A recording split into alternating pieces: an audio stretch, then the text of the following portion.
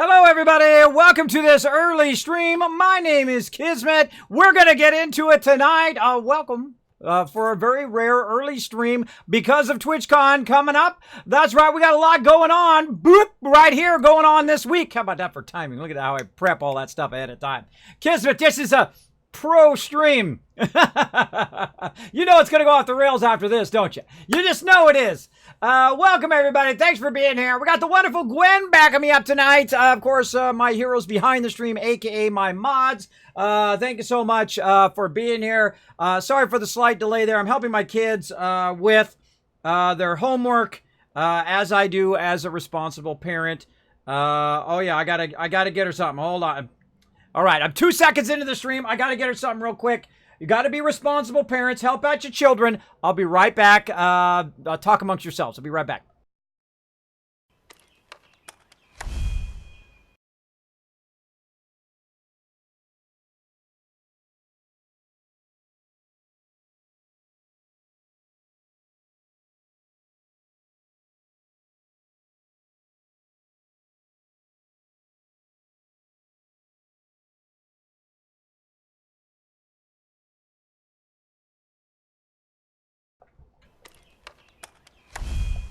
I'm back. All right, hold on. I got to let her know.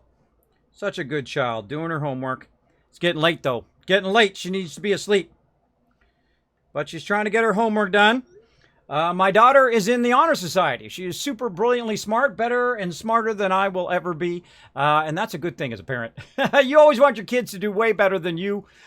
She is exceptionally great. Oh. She don't understand.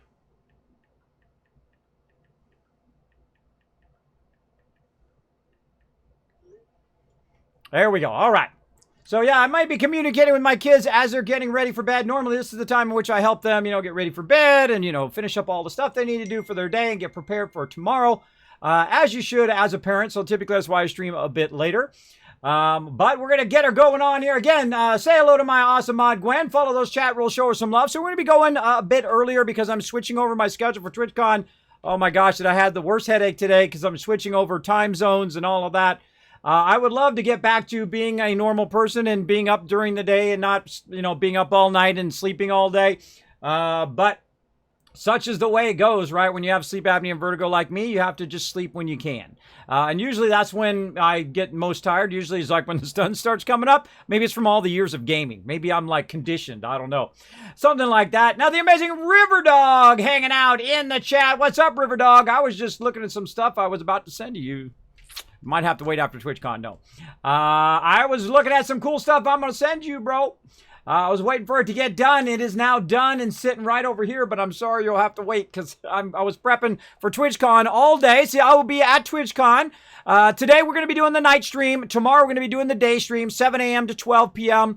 Then on Thursday, of course, I'll be traveling to TwitchCon. Can you believe it's here already? That was 88 days in a row, over 600 hours that I streamed to bring my mods to TwitchCon. Remember, that is not for me. That is just for them. All those funds are going to bring them. I already went to them, by the way. Some of that I prepaid before I even got the donations. To get them to TwitchCon, and of course to give their hotel, their airfare, and of course their tickets. So big love to them. You'll get to meet them. They'll be walking around the show. Of course, look for their shirts. You can see their shirts, especially on Sunday. On Sunday, I'll be dressed up as the Wasteland Tycoon. We'll be walking around the show as well as be doing some IRL streaming. Thank you very much to Unlimited IRL and also to Stream Elements or Stream Elements and Unlimited IRL, whoever I should say first. Thanks big to them because you know what happened? I went in for the Streamer Zone like I do every single year. Now I'm not going to be, conceited and feel like they owe it to me every single year. I am very much not like that. I greatly appreciate them letting me stream from the Streamer Zone for several years in a row. I had an incredibly great time. I know you guys were there watching as well while I was doing that. Incredibly fun. But one of the things that I always had a problem with is, I'm at this convention and I'm sitting there playing a game at this convention. And I always thought that was weird, especially last year. I'm thinking, I want to do something more fun, right? Like I did the year before. I brought people in. I see people cosplay. We would pull them in and give you a whole live from TwitchCon fun thing, right? Because going to TwitchCon and playing a game, I feel, is kind of counterintuitive. But this year, they denied me, said sorry, didn't even get back to me, said nope, too bad, too sad, basically. As well as I was going to do some panels, and whoo, I'm glad I opted out of that. I'm glad they didn't pick me, because I realized that I had a whole bunch of other opportunities come up that I would have missed had I done the panels, had I done that. So in life, you know, fate kind of aims you in a certain direction, and you should follow where it takes you, right?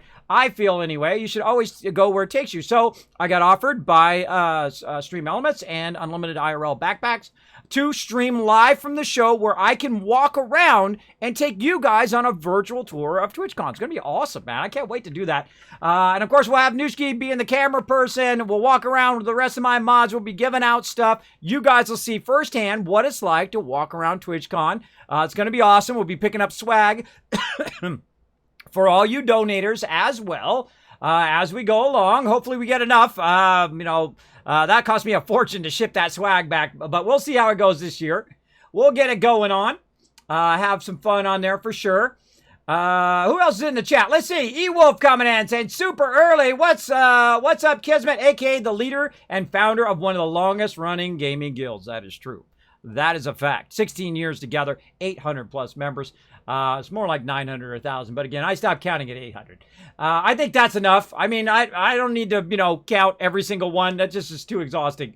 When you get past, by the way, when you get past 300 members, guilds get really unwieldy because, if you're updating your roster and you're doing all the alts, you got to think that's 300 members, 300 main characters times how many ever alts they have.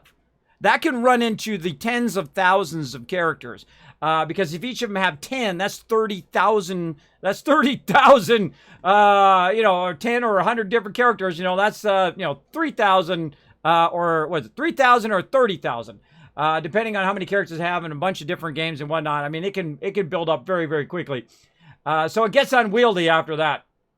I find. So there we go. So thank you for being here, will you, Wolf? Let's give you Wolf 1,000 Kiz Caps for being the first person I see in the stream. And of course, Raz coming in with the love. Let's give her another 1,000 Kiz Caps with the host and also saying hello in the chat. Hello, I'm Davo coming in with the host. Thank you very much for that. Appreciate it.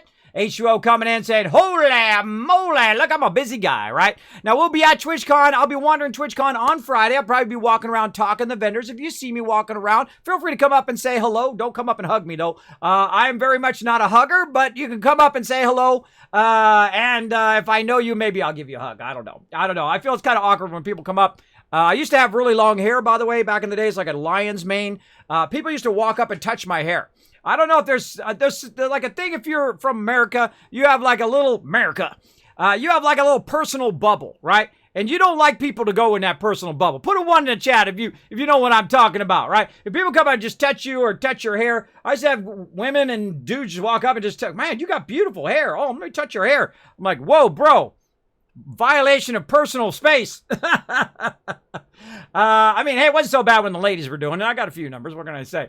But it is a little awkward. So make sure that not only if you see me or if you see other streamers, that you go in there and introduce yourself. Usually best to use your Twitch name. If you come up to me like Riverdog did last year, it says, hey, Kismet, I'm Riverdog. I'm like, hey, Riverdog. Great to meet you. And I got a shot with all the epic people. Now, we'll also be doing a meetup on Sunday at the Stream Elements booth at 2:30. So if you want to get epic loot, like Bethesda shirts and other cool shirts and stuff I have to give out, including you can win my mods yellow fedoras as well. I'll be giving those out, give you a little Kismet trivia.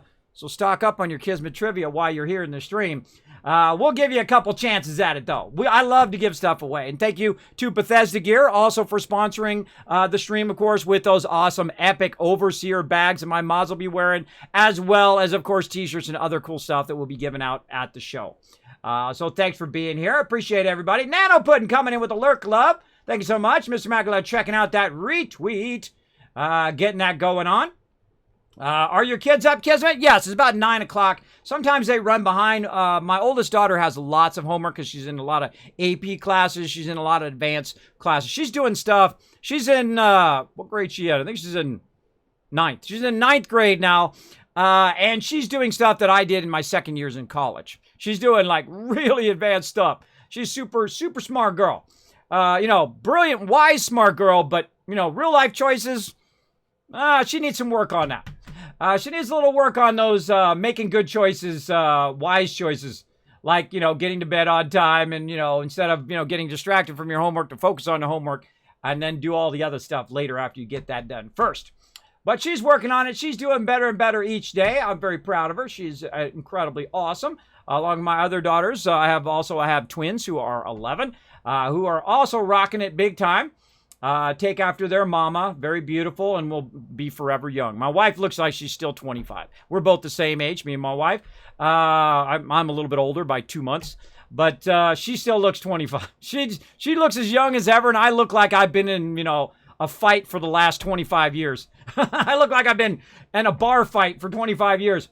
Kismet, it's been a while. It has been a while. Hello, I'm Dave. Oh, thanks for being here. I appreciate you being here earlier. Yeah, this is a bit of an earlier stream today. I meant to go into your stream room. My stream room? What are you talking about? What are you talking about? My kids, sometimes I can tell when they come through the office because I can feel the door opening behind me. Yeah, they're in here. They come in and out of here to print stuff and do all of that stuff from time to time, do their homework and whatnot. Yeah. What else we got going here? Let's see who else we got. Pimp of the Dead coming in. Hey, guys and gals. Hey, Pimp of the Dead. Always great to see you. Thanks for being here, man. Appreciate it. Who else we got? Thanks for the retweets. What? We crushed those retweets already? Keep going. Keep going. Time to flex. All right. You want to see the gun show? Right here. Let's see the gun show. Boom. Still got a little bit there. Still got a little bit. See, I do this to my kids all the time. I do this, and I go, guess what? That's the real deal, baby. That's the real deal right there. Didn't know Kismet's got some guns, right? I used to be in incredible shape back in the day. That's why I was lucky why I was in such good shape, because, I met my wife about that time. Now I'm horribly out of shape, but I'm stronger than ever now. Now I'm very strong. And I haven't been working. Oh, lots of ones in the chat.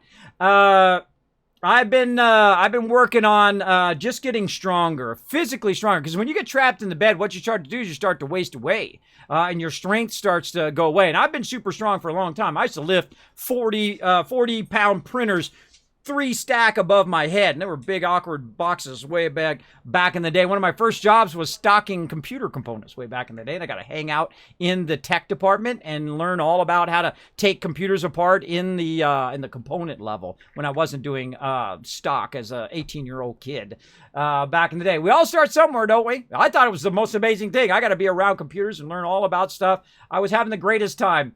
The greatest time, no responsibilities, no girlfriend, no other stuff at the time. I just, whatever I made, I spent, and I just partied and had a good time. As you do when you're 18, right? That's what you do when you're young. Oh, thank you for the hug, Raz. Appreciate that. Look at all those ones in the chat. You guys know what I'm talking about. Yeah. Yeah. Those are 3-star legendaries. There you go. There you go. Well, I'm ready to play some games. Now, again, one more time. Thursday, I will be traveling to TwitchCon. I'll be, of course, doing a crazy ton of stuff. I'll be running all over. I was talking with my mods last night on the logistics of what we're doing. We're going to be busy. We're going to be very, very busy every single day. But we do have some free time to go to parties and fun stuff like that. But we're getting at it. We're getting at it. So, also on Friday, again, I will be wandering TwitchCon. On Thursday, we'll be running around all over. I'll be wandering TwitchCon, the show floor. If you happen to see me or my mods, feel free to come up and say hello. As well as I'll be talking to vendors and seeing what the vendors are up to. If you ever go to a convention, by the way, and this is something I'm going to spring on people while I'm there. I'm going to say, how many exhibitors are at TwitchCon? And you're like, I never even thought of that, Kismet. Why would I want to know how many exhibitors are there? Well, what are you there for? If you're a streamer, what are you there for? I mean, it's fun to party, and it's fun to hang out with friends and say hello to everybody. But, this is a business opportunity. You're supposed to, do your homework, right? Who's going to be there? Who you going to talk to? You only got so many minutes. You only got so many seconds to talk to all these vendors and game manufacturers and whatnot. Of course, I'm going to try to hook you guys up with some free stuff. You know I am.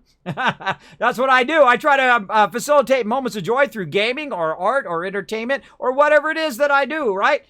Just to bring you guys some love here. I love that moment when someone goes, oh my God, I won something. I never win anything. I love that moment here on stream.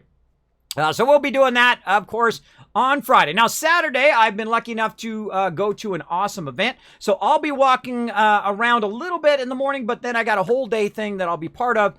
And I don't know if it's awesome. I will stay. If not, I will bail, because that's the way I am. If I feel it's worth my time, I'll stay. If I feel like, I'll bail out. We'll see how it goes, though. I think it's going to be awesome, though. We'll see. And, of course, my mods will be walking around with their Bethesda gear bag. Make sure to be looking for them on Saturday. And, of course, on Sunday from 12 to 2 p.m. Pacific, or if you look at it, 3 in the afternoon, 3 p.m.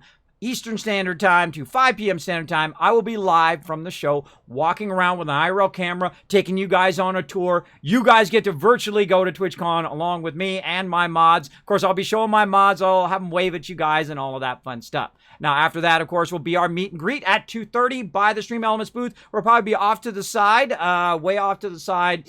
Just be looking for me in my yellow fedora and in my Wasteland Tycoon outfit. We're going to be giving away epic loot to you guys, of course, again, from Bethesda and other cool t-shirts that I have, as well as our yellow fedoras and, of course, Kismet candy bars as well. We'll be getting all of that stuff. I hugged you at TwitchCon. Oh, okay. Now I understand now. So again, look for their t-shirts there, everybody. Actually, let me make that bigger so you can see their t-shirts. You can also see this on my Twitter, but let's make it super big. There we go. Super big. Now I'm making it really big. There we go. I feel like it's not getting any bigger. Come on, you. There we go. All right. Come on, OBS. Work with me. There we go. So look for Chewy, Nooshki, Scorched Dragon, of course, Wrath of Wall. All custom t-shirts. I get them done every single year for my epic mods, as well as Ray funds to take them there. I greatly appreciate all of their love for all the years and all of your guys' love, because you're the reason for my success as well. I mean, I work very hard 7 days a week for the last 4 years to get where I am today. But my goal is not fame and fortune and all of that. I've already had those things. Those things are nice. It's nice not to have to worry about your bills and all of that stuff. But my goal is just to be alive at this point. I have very simple goals. Stay alive and not be trapped in the bed, right? And that's what I work on every single day. It has helped me lose 50 pounds. It's helped me find something else in my life, another career that I can take on that I love to do, and I feel that is a worthy thing to do for whatever minutes I have left in my life. And I love gaming, you know I do, and especially some Fallout 76, so it's time to play right now. Let's get into it. Let's go.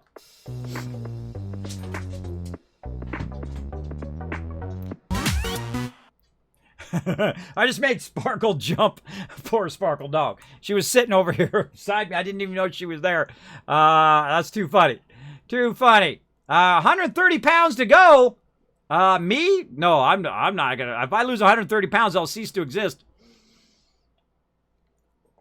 I've lost 50 pounds before. I gained a bit of it back, and I've lost another 12 pounds. I think I was down, and I still feel like I got about another 30. If I get another 30, and then because what happens when you kind of exchange one thing for another, right? So you start building up muscle mass, and muscle starts to eat the extra fuel that you've stored up, aka fat, as some people call it, but I call it fuel cells. That's what it is. It's basically extra fuel that's in your body in case you start to not have any food, right? That's what it's there for. That's why it does that. There's a whole reason your body does that. In the second you know that, it really does give you an advantage that you're not fat, you're not overweight, you just got a lot of extra energy that you need to burn off. That's what it is. It's storing energy, just like batteries or like the batteries in your phone.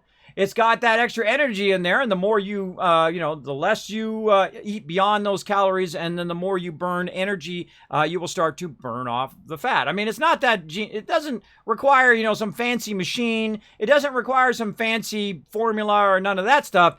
It's the hardest thing in life. It requires the hardest thing for you to make good choices. And I don't sugarcoat stuff. I don't say, oh, we'll take this miracle pill or do this miracle thing and do that. I feel like that is the most important thing, to be honest with people and say, look, the hardest thing is making good choices. That's the hardest thing, right? I have been making bad choices all week, and I'm going to admit it. I had a Frosty today. Because here's the thing, by the way, I learned this last time. That when I was losing weight and I was eating very good, and then all of a sudden I started eating all this junk food, I started feeling really bad, right? So this week I've been being a little bad to build up to TwitchCon. So I had a bowl of ice cream. I'm a big ice cream fan. So I had a bowl of s.p.e.c.i.a.l ice cream earlier in the week, though I've been being good. I got my water. I'm drinking my water, doing my OJ, getting ready for TwitchCon, as well as been eating fairly good.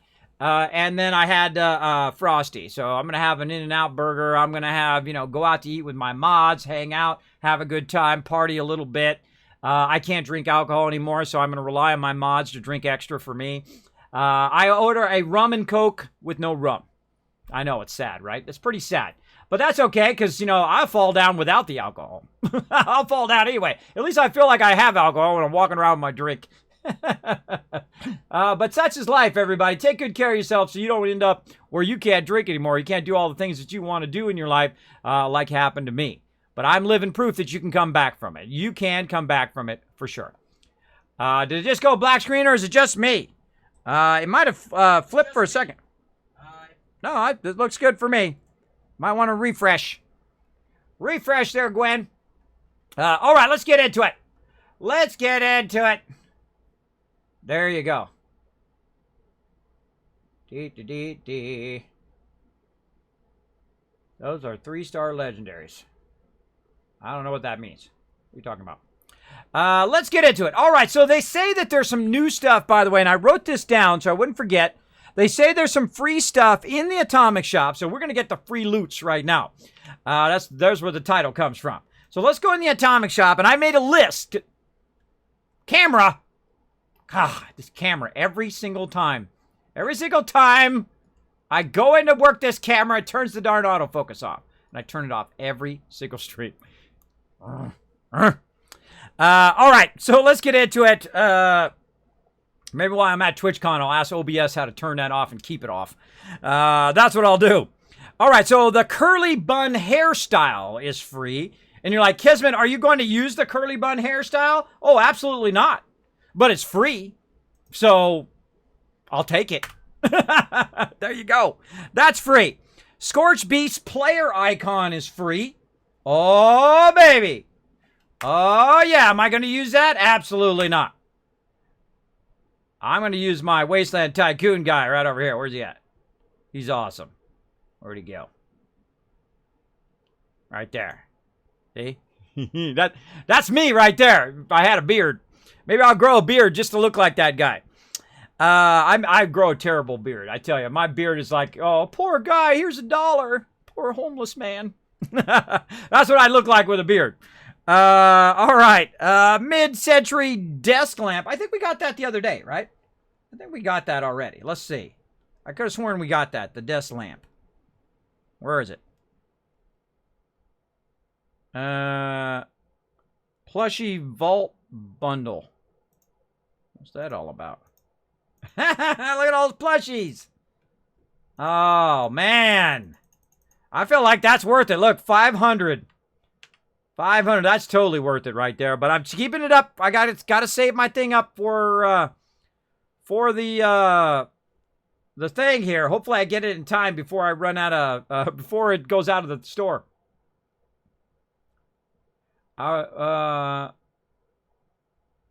It's me. Kismet, I was referring to your guns being 3-star legendary. Yes, they are. Yes, they are. Fist bumps. Exactly, H2O. Yeah, when you're at TwitchCon, don't be shaking hands. Fist bump. So sorry, bro. I don't want to get the con crud. Fist pump. That's what you do. Oh, she said, okay, thanks. All right, cool. I'm trying to be a responsible dad, right? Trying to help my kids. She's trying to get her, she got a project she got to get done for school tomorrow. I want to hang out and stream with you guys and do that, but you got to find a balance, everybody. Find a good balance in your life. I know it's tough. I know you want to sit and play World of Warcraft all day, or you want to play Fallout 76 all day long. But take a moment to appreciate the people who love you, right? Appreciate your friends and your family. Spend a little time with them, even if you don't want to. Even if you don't want to, because eventually you just might enjoy it, right? That's what I do. I try to, connect with friends. I try to hang out with peeps, even though I would most likely rather be gaming, right? Some people are like that. Some people will be like, I don't want to do anything else. I just want to sit and play World of Warcraft all day long. And hey, I feel you. I love playing games. But if I did that all day and every day, no more family, bro. No more job. No more anything. And then you know what happens after that? No more gaming because you have no money to survive, right? So watch out for those things so you can keep doing this thing, right? That's how I look at it. Now, of course, it's your life. They're your life choices. They're all on you. That's just my suggestion. Big time. All right, what else are we getting? Let's see. So we got the desk lamp. Can't remember where the lamp is. Decorations, probably. Utility? No. Decorations, I would think it would be. I feel like we already got the lamp. Why are these icons so big? Is it just me, or do these things seem extra big? I mean, this could be a lot smaller, I think. Or you have an option to make it smaller. Oh, look at this Nuka-Cola. Oh, I own that one. Ooh, I own the Nuka-Cola billboard. What the heck? Oh, I got to put that in my camp. Ooh, I own this one too. Oh, remind me to put that in my camp. Where? Oh, we got this one. This is one of my favorites right here. The little Mr. Fuzzy Kitty ride. I love that one. That's great. I want all these plushies. I want everything. I want it all. I want every single thing in there. Oh, I want these stairs. Oh, I want those white... Well, I own these. See, clean white picket fence. How do I make those work? I have those, but for some reason they don't work. Oh, we got to figure that out. We got to figure out how to make our fences work. All right, what was the other thing? See, look, I've already forgotten what the first thing was. Is that scary? That's sleep apnea and vertigo for you. I did wake up with a headache today because I was trying to switch over to days. And usually that's what happens when you try to switch your schedule over. So that's why we're streaming earlier. That's why we're going to be going a bit later. Going out a bit earlier today because we're streaming a bit earlier. So yeah, I'm looking for that darn lamp. And I forgot what the other thing was. Darn it, man. What was the other thing? What was it? Oh, the Nuka-Cola thing. All right, Nuka-Cola and... Mods, make a note of this. Nuka-Cola and the picket fences. We're going to check out that. Nuka-Cola picket fence, Nuka-Cola picket fence, Nuka-Cola picket fence. That's a great way. You repeat things 3 or 4 times in your head. Sometimes it helps. I don't see it in there at all. What the heck? I saw a lamp there. Where's the lamp? I don't see it at all. All right, well, I think we already got the lamp. I kind of remember us doing that as a Grafton high bed.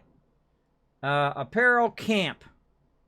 Grafton high bed. See, I wish you could sort this by cost. You know, because then the free things would come up. Or if you had a free option on the side, you could just click on free and get the free things. So you don't have to search through here and try to find the things you're looking for. Mid-century disc. Or we already did that one. So Grafton high bed. So G for Grafton? No, we've got to just look through here. Mothman furniture. Yeah, it's hard to find stuff. It's hard to find stuff in here. Utility, no. Camp, styles, skins. Maybe we got to look through it from here. All right, hold on. Let's look up here. Oh, that's cool. Oh, look at the Wastelander. That's cool. I'm not much in the Raider stuff, but I do like this. That's kind of cool. That's kind of cool, Leos. I don't see it there. Not there. That's all stuff. Atomic Sale. Oh, here we are. Here we are. Okay, we just go to Atomic Sale on the right-hand side. That's much easier, everybody. So if you're trying to get the free stuff, go to the Atomic Sale on the right-hand side. Grafton High Bundle. What are we getting? Oh, we get a thing. Well, that's pretty nice of them to give us a ton of stuff for free. Much love to... I wonder if they're watching my stream. Remember I was saying that on the stream the other day? Well, thank you. Thank you for all the free stuff. I love free stuff. Mid-century. Oh, there's 2 other pictures that don't show up. Desk ceiling light. Ooh, that would be kind of nice in our little camp that we're building right now. We already got that. What else we got? We already own this. Oh, here we go. Barbarian player icon. Let's get that going. I feel like I'm going to have to change my icon back, though. So, Grafton photo mode, Grafton high bed, Barbarian player icon, mid-century desk lamp, Scorched Beast player icon, and curly bun hairstyle. Those are all the ones that you can get. Let me turn my guy back on again here. Right there. And we good. Woo woo. Free loot. I like free loot. There we go. Let's see how long they keep removing stuff, unfortunately. Yeah, they put stuff in, they take stuff out. Well, you know, some of the stuff is limited time. Look at my crew. Look at my crew hanging out. Some of the stuff is limited time, and I understand. You know, it kind of creates an urgency for people to buy it and get it. You know, like the cool armor that that Kidney Killer has. I know I understand the reasoning behind that. You know, it urges people to buy stuff, but I don't. It doesn't increase my urgency. I'm older. I'm a bit more immune versus the FMA, fear of missing out, right? FMO, fear of missing out, right? That's one of the tactics that they use when they come to loot boxes and things like that. It's called the fear of missing out. So if you're like, oh no, man, if I don't buy these loot boxes and get, you know, this outfit, I'm going to miss out. Oh, well.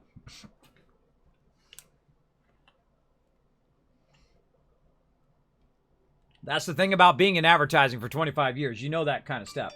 That kind of, well, we got to get it quick or you're not going to have it. That kind of thing. There we go. Boom. All right. Every time I get in, I got to wait. Sometimes, you know, I do this before the stream. I do this like 8 or 9 times. Just flipping worlds to get my camp, because everybody loves being in the camp where I'm at, apparently. There we go. Remove Pip-Boy power armor helmets before I had the atoms. Oh, well. Bummer, Hopline. You know they're going to come back again, though. They always bring that stuff back again. They have it in like a cycle, that they cycle it back in again. You know we're going to get it. You know we're going to get the loots again. Just keep building up those atoms. I feel like the top 2 things to get right now is that robot and to get the fridge. I feel like those are the top 2 things. I feel like with the fridge that I might actually make food and store it in there to actually be useful. But does it come out of your camp, or does it have its own separate? Does it come out of your stash, or does it have its own separate? I know it has a separate thing of 10 out of 10, but do those 10 count towards your stash? Good question. For those you have in the chat, let me know. Let me know. Boom. All right, come on. Guess we're going to do this for an hour. Let's keep switching around. It does come out of the stash. Oh. Please fix that stash problem. Please fix it, Bethesda. I'm begging you. I'm begging you. Fix the stash problem. Fix it. Man, I wish I had more time in the day. I wish I had more time in the day. I could get these videos done. I could stream more. I could do all these things. But, you know, balance. That's what you got to do. Now, don't think I forgot about you, Arcade Classics. I saw your follow right there. Don't think I didn't see it right here. But bam! Coming in. Thank you so much. There we go. Arcadic, joyful. What? That's not exactly what it said over. FBI, open up! Big JP coming in. Trying to make me jump and succeeding. That one gets me every time. I always forget. Everybody down! The FBI coming in! That's one of the fun things you can play down below the stream, by the way. You can use your bits to play sounds here on the stream. Very, very fun. Also supports the stream and makes little funny moments like that. Big JP making the big entrance. Make sure to show him some love in the chat, everybody. Pretty funny. There we go. Man, I can't wait to go to Trish Guy. I know it's going to be a great time. I know we're going to have a great time. I know I'm going to be running all over the place. But we're going to have a good time over there for sure. For sure, Z's.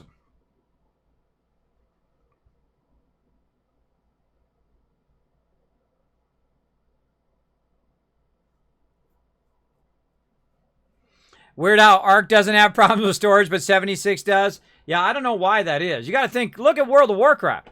World of Warcraft, man, that thing's 15 years old. You can store a ton of stuff on that one. If you go into a game like Lord of the Rings Online, or if you go to Star Wars The Old Republic or something like that. Star Wars The Old Republic even has cool shared storage, so does Lord of the Rings Online, where you put your stuff in that shared storage, and then you switch to an alternate character, and then you can take stuff out, which I think is awesome.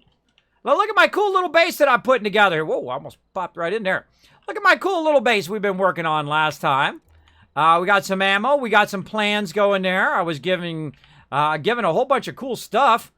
And we're going to start filling this stuff up here. We're going to try to start making some cash toward our... put them all in there. toward our raiding fun. And of course, toward future adventures. So I'm going to start putting all this stuff in there. Like so. That'd be messed up to sell these 5% fusion cores for full price. Oh man, that's messed up, bro. I just thought of that. I was like, oh man, that would be such a jerk thing to do. Right? Sell that for, you know, full price and someone buys it before they realize it was like 10%. I know somebody's out there doing it. I can just tell. That just makes me cringe thinking about it. Now look at this. All right, so we got a little bit of a red rocket thing going on here. Check out the sales. Now I want to, before I forget, I want to get it here and I want to do that, that Nuka-Cola. Yeah! What the? I thought it was going to be a big old thing. It's like this little tiny thing. Really? Really? Now that's cool. I like that. Put that up there. I guess we could put it up there. Not as sexy up there. Watch as I kind of cheat a little bit. I'm going to cheat a little bit by just putting it inside the camp just enough. Oh, he sees my budget. Oh, I gotta clear out a whole bunch of stuff. See, what you do is you put it outside the base. It didn't say anything in Fallout 4. You put it just outside the base. I was all excited about that. It turned out to be this puny little thing. I thought it was going to be this big old epic sign. Apparently not. What else we got? Oh, Slocum Joe's. Cool. I don't know what's up with that. I like the Nuka-Cola, though. Can I put it up on here? See, that'd be cool to put it up there. Why can't I put it up there? I don't have enough room, though. I gotta get rid of it. Oh, here comes the biddies! Thanks so much, Gwen, for the 100 biddies. Now, remember, today is the last day of September. So if you want to go in and continue your gifted sub, now is a fantastic time. I would do it right this moment while you're thinking about it. Continue those gifted subs. You can continue them for just $2.50. Today is the last day. Whether it's on my stream or someone else's stream, go show your favorite streamer some love. And continue those stream. And of course, you get the added benefit here in my stream of 3 times the chance to win, 3 times the Kids Caps just hanging out in the chat as well. I do appreciate all the support here in the stream.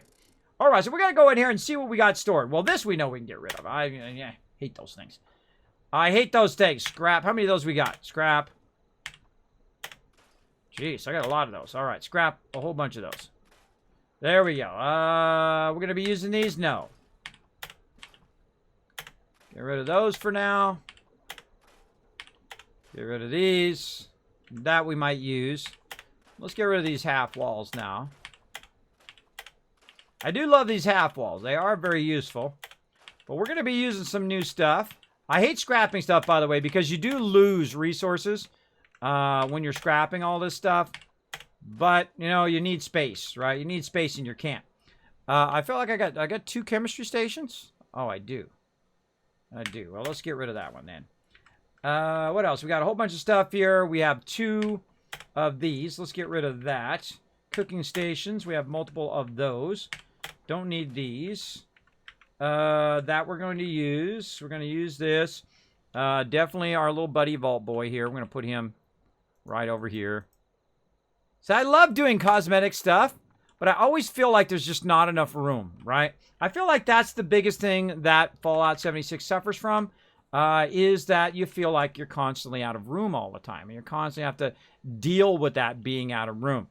Now, I feel like I'm going to put this guy back here in the corner and make it so I can access it. Yeah, like this. Put this guy back in the corner. Over there. There we go. And he doesn't need a power or anything. You just stick it back there in the corner. And he's going to collect loots for me. Power armor. Now, power armor, you always need a little bit of extra space when you're working with your power armor. So I always feel like it's good to put it where there's space behind. So that, you know, when you're getting in and out of your power armor, you know, you don't get stuck. Which happens sometimes, right? You put it up too close to the wall, you get stuck there. So great little spot over there. Just put that off to its side. You can see I'm building a nice big area here. We're going to do lighting. We're going to do all of that fun stuff as well. And we're going to work on our farm. That was one of the things we were going to look at last time, is if we can put this inside here. Oh, yeah. See, now all of our stuff's going to be nice and protected in here. Well, let's just go ahead and run this along the outside. You know how much I love mute fruit. Mute fruit's one of the best things to put down in Fallout 4 and also here in 76. And the reason why is because it... oh, intersect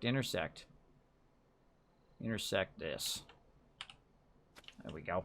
The reason why is because it gives one food unit in Fallout 4 as opposed to everything else, which gives half a food unit, which makes it harder to, you know, feed your people. So if you wanted to feed your peeps in Fallout 4, the best thing to do is mute fruit.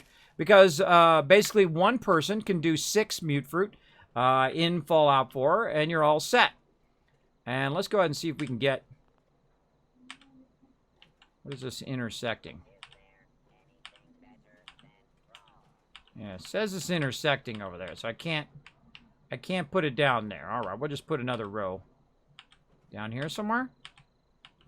No? Maybe this is why he said do the stuff first and then come back and put the thing over it. Maybe. We're getting a little bit there.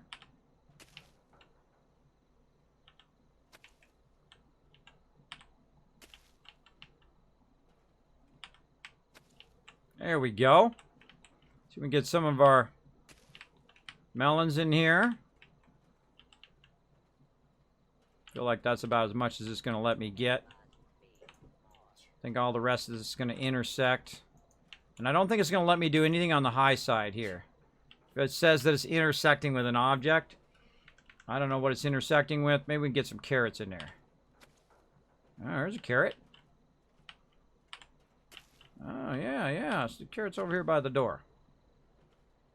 Kind of compacted in here. I might have to redo this. We're just testing. Now, when you're working on your camp, one of the things you want to do is you want to do a lot of testing. Oh, that works. You want to do a lot of testing of, you know, what works and what doesn't work. I'm a big fan of doing that. Going in, okay, building this. Okay, that didn't work. Let me try something else. Let me go build this. Did that work? No, that didn't work. Try something else. And so on. And I like to have an open camp style. And the reason why I do an open camp style here in 76 is different than Fallout 4. 76, other people are coming along and they might want to use your camp. So I leave it open. So people can come in and literally just run up these stairs and go in here and utilize whatever they need to utilize. Right? It's more of an open base plan, an open base thing, so that everybody can utilize it. Instead of making them run up to the top of my base or, you know, building, you know, 5-story things that they have to go all the way to the top to get stuff, I've tried to make it as convenient as possible for me to use and convenient as possible for them to use. And that's what my camps are all about, is that convenience factor. And then one of the things also, probably want to pull this back. And let's say back over here. Like so. And then, see, here's a real smart move, right? What you want to do is you want to put this right here. Now, the reason why is so the person can come over here, buy some stuff, and then stick it right there in the Vault-Tec stash, right? They can put it right away if they want to buy some ammo or whatever. So here, I'm thinking of the convenience of the player, right? I'm always thinking of the convenience of the player, convenience of other people coming to my camp. And that's what I build mine around. Is that convenience factor. All right, let's go ahead and do some more walls here. I actually want to do some more kind of specialty walls. I guess it'd be more under doors. It's not. It's under defenses. No. It's under something special. Special. Miscellaneous structures, maybe. Where is it? Where are you hiding? I always forget where this is. Generators, defenses. Now, we unlocked some defenses by going and doing a PvP zone, which is really cool. I want to make sure that we go and we test all that stuff I stored. If I take over another PvP place, is all that stuff still stored in the PvP area, or the camps that you can take over, or are they stored in my camp? I believe they're stored in the camps that you take over. We'll see. Or maybe they disappear. We'll find out, won't we? We will find out. All right, darn it, where are you at? Oh, it's under walls. I just saw it go by. There it is right there. Okay, under walls. That's a reasonable place for it to be. All right, I want to go ahead and turn this that the way I want that to be? Yeah. All right. See, I got a little bedroom kind of, you know, off to the side here. Kind of like a little hotel area. Did we get a new bed? I thought we got a new bed just now. I think we unlocked a bed. Now, I'm going to be doing a little bit of building. Very rarely do you see me do a building here in 76. Usually we're off raiding or taking on the Scorched Beast Queen or doing something like that, you know, the high-end stuff. But occasionally I will go in and build. And it's not like in Fallout 4 where you can do a lot of fun building. I love the building in Fallout 4. I felt it was like one of my favorite things to do in the entire game. It's probably I spent 80% of my time in Fallout 4 building stuff. Man, I want to get all these beds. Look at this. Look at this cool car. I want a cool car. I want the Unstoppables. I want the, what is this, Mothman. I want this one here, which is the Captain Cosmos twin bed. I want it all, bro. I want it all, but that's what I got. So let's actually put another one in. What else do you want to put in there? Just as like a standard bed. Little vault bed there. Oh, I don't have it unlocked. Oh, that's another thing I gotta unlock. Oh, bunk beds! I didn't even know I had bunk beds. Look at that. Oh, look at this cool bed. Oh, that's a cool one, too. Oh, what do you guys think? Bunk beds or cool bed? Okay, this is 1, and this is 2. Vote in the chat right now. 1, bunk bed. 2, cool fancy bed. Whatever you choose, that's the one I'm gonna put in. Yeah. Shows weakness in the game engine. Well, hopefully they push forward. Is the budget glitch still a thing? Used to have move, delete stuff, high level show up on the budget. No, it still works fine. It works. They actually improved it greatly, the budget thing. It's like 2 to 3 times the size now of your camp. What do we got? 2? All right, this is 1 and this is 2. So, all right, fancy bed it is. Fancy bed. There we go. Ooh, let's sleep in the fancy bed today. Let's see what that's all about. Oh, yeah. Let's get those boosts. Get that well rest. Look at that. There we go. Anybody else have a spouse that starfishes? You know what? They're like this in the bed. They take over the whole bed, right? You got a king-size bed, right? Or a queen-size bed. They got 90% of it. You're on the corner going like this. You're on the edge of the bed, just about to fall off. And they got the whole rest of the bed and all the blankets. There you go. It needs blankets? Yeah, that'd be kind of cool if you could, like, make the bed and do blankets and all that. Now, we're waiting for the well-rested to pop up because you get bonus XP while you're doing that. Now, by the way, when you're building, like in Fallout 4, and I believe here in 76 as well, you're actually getting XP as well, just from hanging out. There we go. I never looked and see if I got XP when I'm putting stuff down. We'll find out when we put the next thing down. So let's go ahead and put something down and see if we get XP. There's my little robot doing his job, collecting loot for me. And it's not game-breaking loot, right? It collects a little bit of plastic, a little bit of this, a little bit of that. But let's see what else we can do here. Now, before we get into the cosmetic stuff, before we do all the lighting, we want to get all the basics in, right? You want to get all your basic stuff that you want to do. Oh, I do have some gourds. Look at me. Look at me in my gourds. I don't know why I can't put that down there. That bugs me. That bugs me just a little. But okay, we'll put our gourds out here then. I like to have a little bit of everything, right? This way you can, you know, keep building it up and whatnot. We got some more melons out here. I don't like it. I don't like it when it's in the ground. I'm not a big fan of it being in the ground. Not enough room to put it there. It's like really put way in the ground there. Let's go around this way. All right. Let's just put it off to the side here. Let's see. Maybe out here. See, I like it to look somewhat legit, right? I don't like to be too far underground. I like to be there. So now you can make your camp much bigger, by the way. Much bigger than you could before. 2 to 3 times the size of the camp that you had before. Move that over there. So you can put a lot of stuff down. You can make big old farms. You can do a lot of cool stuff. Now, I've got some stuff that's obstructing my base. I would love to be able to get rid of this tractor and that thing, too. I don't know why they won't let me do it, but I can't. And, of course, we've got blackberries. We've got carrots. We've got corn here. We've got gourds. We've got melons. We've got mute fruit and razor grain. And then, of course, you have the variants of those. And, of course, potatoes, which are tomatoes and potatoes in one, called potatoes, if you're not familiar with the Fallout lore. There you go. Looks like a greenhouse. That's pretty cool, right? Yeah, I like the greenhouse effect, right? This is neat. One of the biggest mistakes they made, though, is they made a greenhouse with a cement floor that you couldn't put plants in. It's a greenhouse that you can't put plants in. I mean, you could put the other plants in there, the the ones you get as cosmetic plants. They don't actually serve as plants. Like this, right? You can put these plants in there. But they're daffodils. But that's not what you want to do. You want to put real plants in there. You want to put, real stuff in there. Now look at this. This is cement-filled tire. That does not help me. And, of course, you got topiaries and fun little kitties. Let's put the little kitty right here. Right there. Oh, what else we got? Let's put the little baby Deathclaw right there. Let's put the kitty there. Kitty. Kitty, kitty.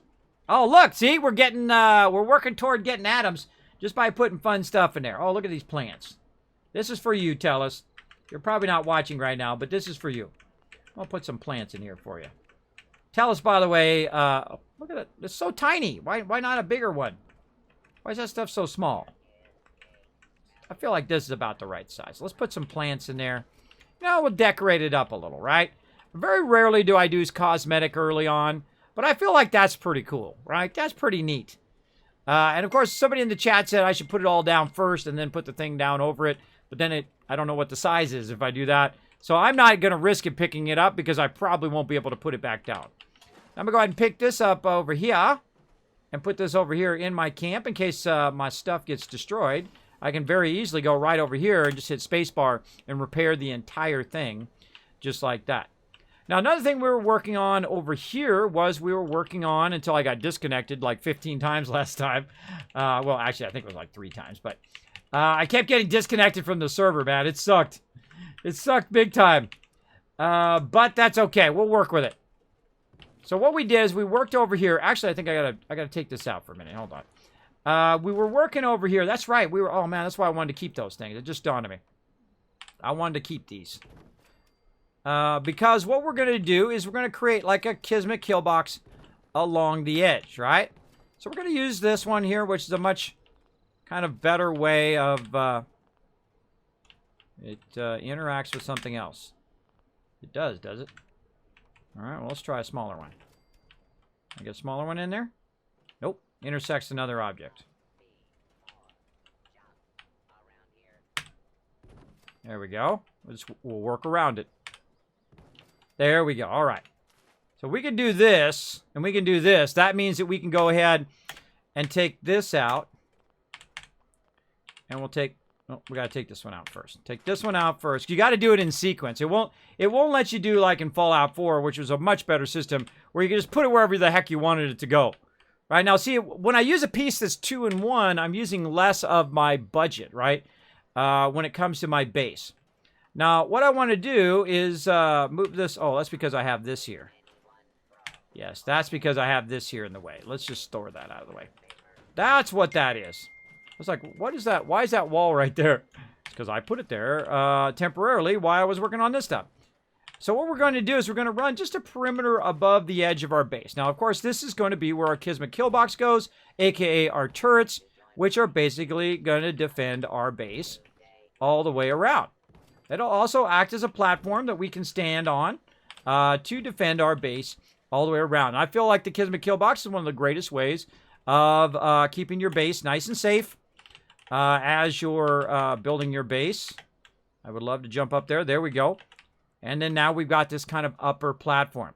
Now, the great thing about the Kismet kill box or using flat platforms or edge platforms, much like these platforms out here, is the fact that it has a 360-degree ability to fire, right? That is very, very important. The same thing in Fallout 4. If you have that kind of platform, that's all you need. You don't need walls. You don't need people standing at guard. All you need is a nice Kismet kill box, and you will be nicely defended against all attackers. I've had, like, legendary Deathclaws try to swarm. got annihilated. Absolutely annihilated. All right, let me catch up on chat. Needs blanket. Looks like a greenhouse. Pretty cool. Kismet, where do you get the greenhouse? You get it out of the Atom Shop. I bought it out of the Atom Shop. It was like a bundle. It was pretty awesome. Can you grow soot flower and blood leaf, or is that deliberately grindy? You have to pick that up. You have to pick it up. I haven't found a way to grow it. Hey, do you make a decent living off those subs and ads? Are you a full-time streamer? I am a full-time streamer. If you want to make money, go work at Walmart, because you're not going to make that much money. You got to think. You can just figure out how much I make from subs right there. Take 156 and times it times 2. That's how much I make a month. That's like $300. In my case, my stream's like a charity. I put every single penny, all donations and all that stuff back into the stream. How am I able to do that? Well, I've been working for about 10 years. My wife, of course, didn't have to work for 10 years. She took care of the kids, which is a lot of work. But she didn't have to go to work, if you know what I mean. And now she is out working, so I can pursue this crazy dream. So I have a great advantage in that way, that I can live on next to nothing and put every single penny back in the stream. Like I spent the last 88 days. Actually, I think it's over 95 days now. But I spent 88 days in a row streaming and raising funds to bring my mods to TwitchCon, as I do every single year. That's 600 hours of my time. That, if you have a $10 an hour job, that is over $6,000 worth of my time raising funds to bring my mods to TwitchCon. Why would I do that? Because my job, I feel, because I'm getting a bit older and I only have so many minutes left in my life, is to facilitate moments of joy. Whether we're doing something funny in there, whether you discover something and go, oh, okay, that's how you do that thing. Or some silly moment where I, get blown up, or things happen, or epic moments happen here in the stream. Or we might talk some real talk like we are right now. And I may go out there and inspire you to do what you love to do every day as well. Don't think that you're going to get into streaming and suddenly make that big money. It's like any business. You got to cut your teeth in there. Some of these overnight successes that you look at, like Dr. Disrespect, like Shroud, like, Ninja and all the other people who are way up there, they spent years and years and years working on it. 10, 15 years. Yeah, that's how long it took them to get where they are today, right? Like when I started streaming, I knew it would be at least 3 to 5 years was my goal to get partnership. Right? Not in the first 3 months. Some people get it in the first 3 months. Some people get it within the first 6 months. Some people get it with nearly no followers at all because they come from another platform, right? They come from YouTube and they come over and boom, they get instant partnership. For me, it took 2 years to get partnership, which was, 3 years sooner than I thought, right? But you got to think of it in long term. You got to think of it in long term. You can't just, hey, flip on the stream and say, hey, why don't I have 5,000 people watching, right? I've had 5,000 people here in the stream when I've been featured on the homepage here on Twitch multiple times this year. And I greatly appreciate that from Twitch, all that love. And, of course, all you guys hanging out in the stream before. But my average is between, 100, 200 people who come in and out of my stream all night long. And usually, actually, all night long would be more like 800 people coming in and out. But usually, on average, about 100 people watching in my stream, 100 or 200. Which I think is good because, people are like, Kismet, there's only like, 20, 30, 50, 100, 200 people watching your channel. Why don't you have 5,000? You know what? I appreciate every single person in my channel. I really do. Because, there's a whole lot of people streaming right now and they got nobody in their channel. So you got to appreciate where you're at in life, right? Don't, put a chip on your shoulder and say, man, I should have more viewers and, Twitch should be partnering me and all of that stuff. That's the wrong way to go in everything that you do, in every job. Don't get a chip on your shoulder that you're entitled to that stuff. You got to go out and bust your butt and earn it. That's how you do it. Now, have I made lots of money? Oh, yeah. I made more money than some people make in a lifetime. And you're like, well, Kismet, how'd you do that? Well, I was a graphic designer for over 25 years. I was lucky enough to get into computers. Now, I was born, then gaming was born, and computers was born. And I was there at the very beginning. Magnavox Odyssey, the very first gaming system. I'm the OG, the original gamer, since before most of these people on Twitch were even born. I've been cutting a path for gamers with no reserve and I'm an unapologetic gamer, right? People come in and say, you're a gamer, blah, blah. Yeah, I'm going to do whatever I want in my life because I answer to no one, and neither do you, right? I feel like you only got so many minutes. You're only going to ever be you anyway. Embrace who you are. Embrace the you, the wonderfulness that is you, right? Don't try to be somebody else. Don't try to be a Shroud. Don't try to be a Summit. Don't try to be a Tim the Tat Man. Try to be you, That's who I am every single day. You see me at TwitchCon, this is the guy you'll meet. Now, I might be dressed up as a Wasteland Tycoon, but I am who I am, and it's taken me a long time to like who I am and to discover who I am, and I'm exhausted. I don't need to be anybody else. I'm just going to be me for as many minutes as I get left in life, right? So embrace who you are. Even those awkward moments, even those moments where you goof up or screw up or you feel weird about, whatever you just did, go out and do what you love to do. I'm living proof. Just so you know, I was disabled in the bed 5 years ago. Again, I've been a graphic designer 25 years. I've been lucky enough to work with some of the top companies in the world, including Apple. I had an incredibly great job at Apple. I was a senior tech over there. I worked on a lot of black op projects, which I could never tell you about. I'll get ganked by the NDA police because I did sign a lot of NDAs. Even though I don't work there anymore, I did have to sign a lot of NDAs. And when I give my word, it'll forever. That's it. And the great thing about me now is I have sleep apnea and vertigo. So if you do tell me a secret, I'm probably not going to remember that secret anyway. So I'm the best one to tell your secrets to. So if you don't know, I'm sure a lot of you in my stream already know this. But for all the new peeps, I did get sleep apnea and vertigo. I had to step down from my epic job at Apple where I worked from home. And made that big money, where my worst kind of traffic jam getting to work was 3-kid pile up and getting up to my office. That was about it. A job I absolutely love. We're working with some of the top AAA people in the world. I mean the super smart people. I mean the people who you go, whoa, this guy is really good, or this lady is really, really good at what they do. Nowzaran coming in, getting a gifted sub. Congratulations. I don't know if you've ever worked somewhere. Put a 1 in the chat if you've ever worked somewhere that you felt lucky to work there. I have had that opportunity many times. Many times in my career, I consider working for Apple an incredibly great thing. Now, see, I don't look at companies like some people say, you work for Apple. Cheese baller coming in, getting those gifted subs. Remember, you can continue those gifted subs today. Today's the last day. You can do it for half price, $250. Go out there. Continue those gifted subs right now before you forget. Not just my gifted subs, by the way, but also go out there and show your favorite streamers some love. I do like to pass the love all around Twitch as well, not just in my channel, but elsewhere as well. I do appreciate everybody who does keep those gifted subs going. It does help the stream tremendously. Remember, this is basically a charity stream because I give it all away. There we go. Cyberpunk Mike giving the love. So if you want to know if it's possible, if you want to know it's possible to come back when you have disabilities, I still have disabilities, by the way. I am considered disabled. I have sleep apnea and vertigo, a vertigo that never goes away. It's really a ear imbalance in my middle channel ear, if you want to know the exactness. But I just say vertigo because people can understand what that means. But if I get into the detail of, ear imbalance and all that stuff, people's eyes start to glass over and it goes over their head. So that's why I usually just call it vertigo, as my doctor said to do. People will better understand what that means. So basically that means I'm dizzy all the time. When I go places, I have trouble walking up and down stairs. I have trouble that I may fall and injure myself, especially when I'm going up and down stairs. If I fall down the stair once, that's it, baby. That's it. That's game over for Kismet. So I have to be very careful. So I spent the last 4 to 5 years going to 11 different doctors, and basically they told me there's nothing they can do, lay down and die. And I went, screw you. That's what I told those doctors after spending tens of thousands of dollars on those doctors, which I had all my retirement. That was all my retirement money and all my wife's retirement money, just trying to stay alive. But I did learn what my conditions are. I did go to physical rehab to learn how to deal with my conditions and how to get by. I lost 50 pounds. I'm living proof that it can be done.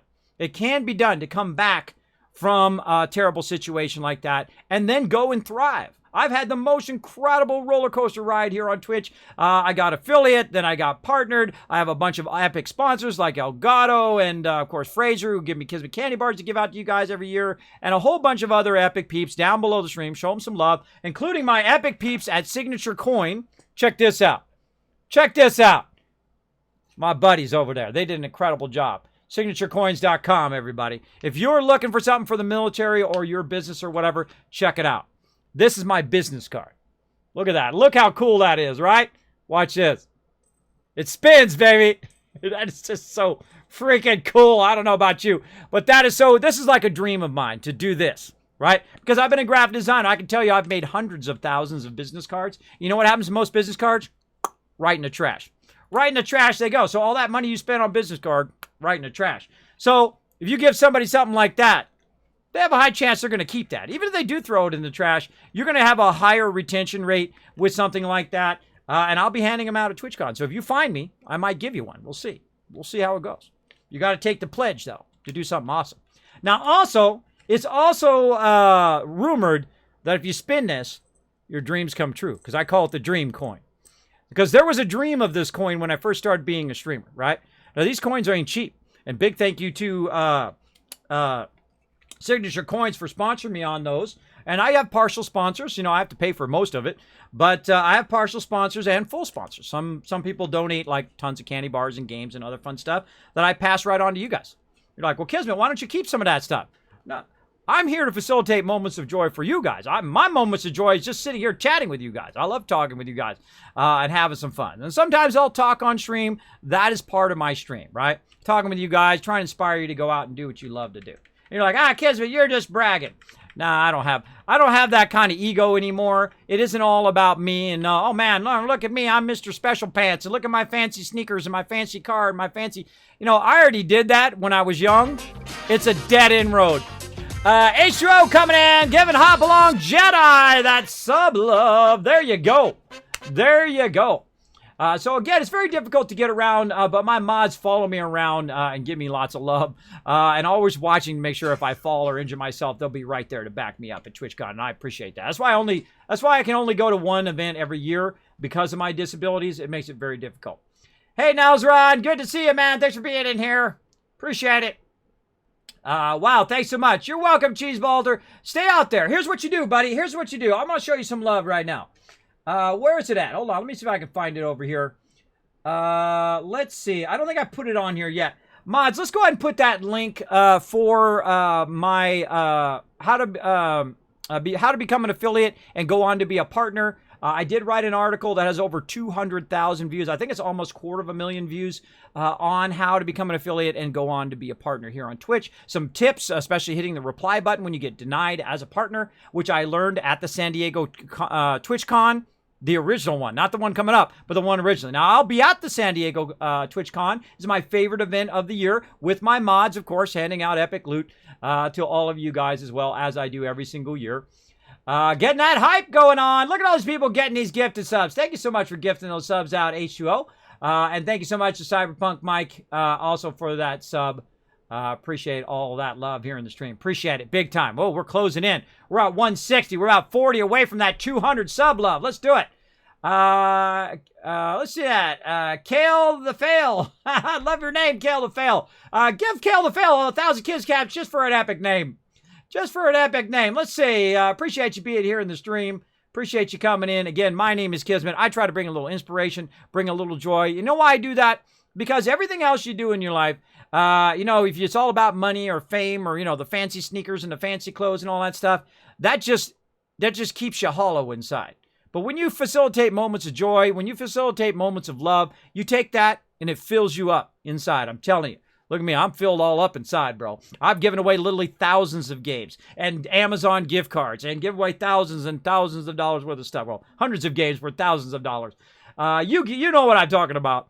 Here on the stream, as well as I've raised funds for my mods every single year. This is my third year in a row. The first 2 years was all 5 of my mods. I took this year only 4 because the other ones have schedule conflicts. But there you go. Well, there you go, Kale the Fail. Guess what? You just got a gifted sub. Now you can use those epic Kismet emotes. Also 3-time chance to win those giveaways as well. There we go. Plague Breeder coming in. Showing some love. So we're building some camp here in Fallout 76. Now, if you're new to my stream, my name is Kismet. They call me the Wasteland Tycoon because I make that big money. Big money in games. So we were getting the epic loot. There's lots of free stuff right now in the Atomic Shop. So make sure to snatch that up. We're rebuilding our base here. We're kind of building a little bit of a shop area here. A nice open space where people can come in, utilize the base where it's not so cramped in. It's not multiple level. We'll get to that later on. I am a mega builder. I will build massive structures later on. But right now, we're just trying to get all of our stuff lined up. We've got our Kismet kill box along the edge. Now, again, imagine if you're a raider or if you're a Scorch or if you got a super mutant or whatnot, and they're coming in your base and they're like, I'm going to get you. Oh, look at how many turrets are going to fire at this guy right here. Look at this. Look at my turrets. One, you got 2 rocket turrets on the end they're going to fire. You got a heavy turret, heavy turret, heavy turret, rocket turret, and potentially that other heavy turret over there is all going to be firing at them at the same time. Believe me, they going to be dead. They going to be dead. And I love it when they run up on my base because it's like free loot. I'm like, woo, free loot. Come on, give me some free loot. I dig the free loots. Big time. So go out there and do what you love to do. My base literally consists of stash, and that's it. I really need to work on it. Well, that's what I've been doing. See, my base is typically super small. Super small base. I'll have just the bare minimum on the ground level, just the kind of crafting items, and then maybe, you know, something for the wasteland here where people can come in here, you know, and get their radiation removed and all of that stuff. You know, I try to, you know, do free services for peeps in the wasteland, right? You come in there, get your radiation removed. You can get some plans. You can get some ammo. You can use all my workbenches over here, right? I even keep all my food where people can just go in here and grab the food. You can lock all this if you want, but I never do. I leave it in there. People are starving. Boom. Take what you need. Take what you need there. Now, another thing we're going to work on way out here is the thing that I make my most money. Now, I don't just make thousands. I don't just make millions. I don't just make billions. I make trillions of caps here in Fallout. I played all the Fallouts. Probably knew about it before you even did. Thank you so much for the follow. Both Plague Breeder and Hot Tub Johnson. Thanks for being here. Because I love to build. I love to build settlements. And the reason why it's so fun to do it in Fallout 4, which is typically where I got the name, the Wasteland Tycoon, is because you can turn those settlements into cash money, right? Instead of them just sitting there doing nothing, each and every one of those could be generating cash. Now, the way I make the most cash, and you can do it through making, Psycho and all that other stuff as well. But I make my most cash through purified water. And my purified water will actually become like currency, like caps that I could use, of course, to trade out and buy things. Now, as I'm playing through Fallout 4, which I played through 6 times, over 2,500 hours live here on stream, I will basically get to a point where I'm making 100,000 bottle caps every few days in game. Now, you got to think, oh, Very Perry Bomb coming in with the 8 months of Prime sub love. Thank you so much for that. Appreciate that. So I'll get to a point where I'm making 100,000 caps every few days in game where I can buy out every single vendor in the game. Now, I don't cheat, don't shortcut, don't use third-party mods. I can do it in a vanilla version of Fallout 4, and so can you. You can be a Wasteland Tycoon as well. Just hit that follow button. I'll give you the tips here in the stream. You can also check it out on my YouTube channel right over there. Boom, I'll pop that in the chat for you. Lots of guides, and of course, all my streams are up there as well. You want to see how I got started in Fallout 4, how I built it up, and how I built up the camps, and did it even in the hardest mode, the survival mode, in melee mode. Now, that's the hardest way to play in the hardest mode to play, too. So as you see here, I'm going to try to fit as many of these water purifiers as I can here in my camp, and I will leave these unlocked as well. So people, you know, they run out of water or whatever, they're in dire need. And I find the best thing to do is fuddle with it. I do that all the time. I fuddle with it to try to get this going. Now, right here it says I cannot be placed because it's not near water. I find sometimes it's a little glitchy, right? You're trying to get this to go and it's not doing what you want it to do. It says it needs to be near water even though it is. You might have just to move it over just a little bit. Now, I'm putting these a very specific way so that I can access the power here, right? So I can tie these together. Now, they did fix this finally, by the way. This used to drive me crazy, where I was running the lines. Put a 1 in the chat if this happened to you. When you're trying to build in Fallout 76, you press the space bar, and instead of running the line, it makes you jump. Oh, man, that drove me crazy. That drove me crazy. All right, let's move this out of here, too. Now, we're going to put some defenses in as well, which we haven't done yet, because we did learn something. All right, I'll just store you then. We did learn something that you actually have to take over one of those PvP camps, which I don't want to do at all. I don't want to do those PvP camps. In fact, I want all PvP removed from adventure mode, right? And they did say they're going to be turning off survival mode temporarily because it was in the middle of beta while they're working on other stuff, and then they're going to come back to it later, potentially. Well, we'll see. We'll see how it goes. But the coolest thing that's coming up, of course, for Fallout 76 is going to be voiced NPCs coming toward the end of the year. We're going to be checking all that out. You know we are. We're going to go in there. We're going to quest. We're going to check out dialogue choices, how it is affected by your perks and all of that fun stuff, much like in Fallout New Vegas and Fallout 3 and Fallout 4. All right, let's tie these all together. Do one of these over here. Let's see if we can get that to tie in. Oh, not there, not there, not there. We'll probably just run that up direct. All right, so we're trying to fit as many as we can in here because, of course, the more purified water we're producing, the more cash. Now, one of the tricks that I do in Fallout 4 and here in 76 is just spin.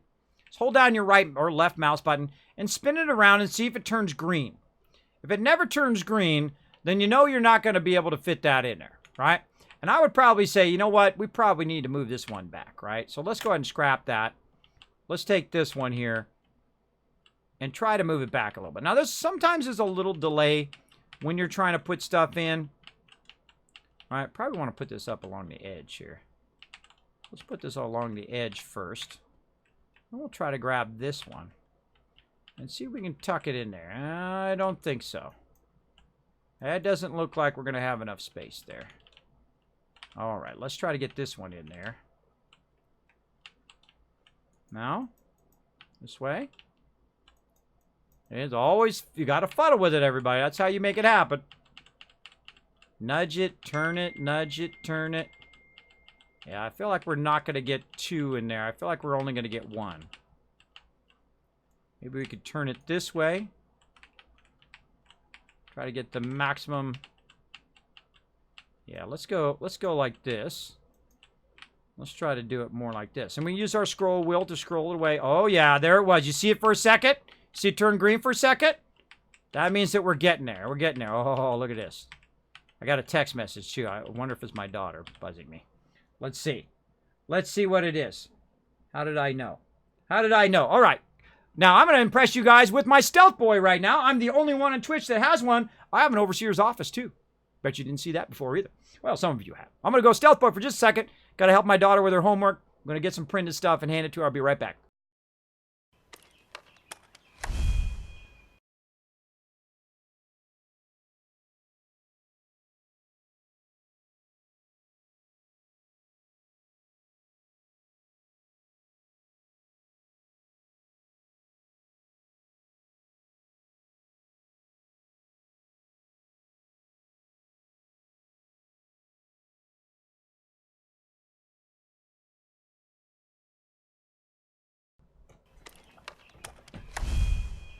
I know, how cool is that, right? Sorry, I had to help my kids there. They're still doing their homework. Normally, this is why I don't stream so early. It's because I'm helping my kids. I have 3 daughters, by the way, if you are new to my stream. I have 3 daughters. My oldest is 14 right now, working on her homework very, very late. She should be asleep. Normally, bedtime for my kids are about 8:30 because they get up about 5 o'clock in the morning to get ready for school. Because when you have 3 girls, they take forever to get ready. I'm just throwing it out there. You guys know what I'm talking about. You got kids, you know what they take forever. There's some that are fast and quick, and then there's some that just don't know that there's other people waiting on them. All right, I feel like that's going to be our best way, going this way versus long ways to get a few more of these in here. Let's go ahead and tie these. Oh, look at that. That's even tying together better now. Turn all my sounds back on again. See if there's anybody in there. No, all right. Looking good. I feel like that's a better way to turn that. Maybe we could nudge this back just a little. Let's see. We'll use our scroll wheel here. Oh, yeah. Yeah, we get a little bit more space in there. A little bit more to the left. Come on now. Yeah, I try to squeeze every little ounce of space out of there, see? So I'm getting the most maximum value for there. I don't feel like we're going to get another one in there, but let's try it anyway. Oh, we're almost at our limit, too. I gotta stand in the workshop while I'm doing that. Let's see. Food and water. Where's our food and water? Again, I love to go in and do this. You know, sometimes I'm doing raiding. I'm doing the high-end content. We're firing off nukes and doing all of that stuff. And then sometimes, very rarely, though, here in 76, usually a lot more in Fallout 4, by the way, very rarely I'm here building on my base. Now, how long will I keep this? Oh, my gosh, look at that. Look at that. We got another one in there. That's GG. Oh, I like it. I like it. I like it. All right. Wow. Did we get a ton of those in there? Look at that, everybody. Holy moly, that's money in the bank right there.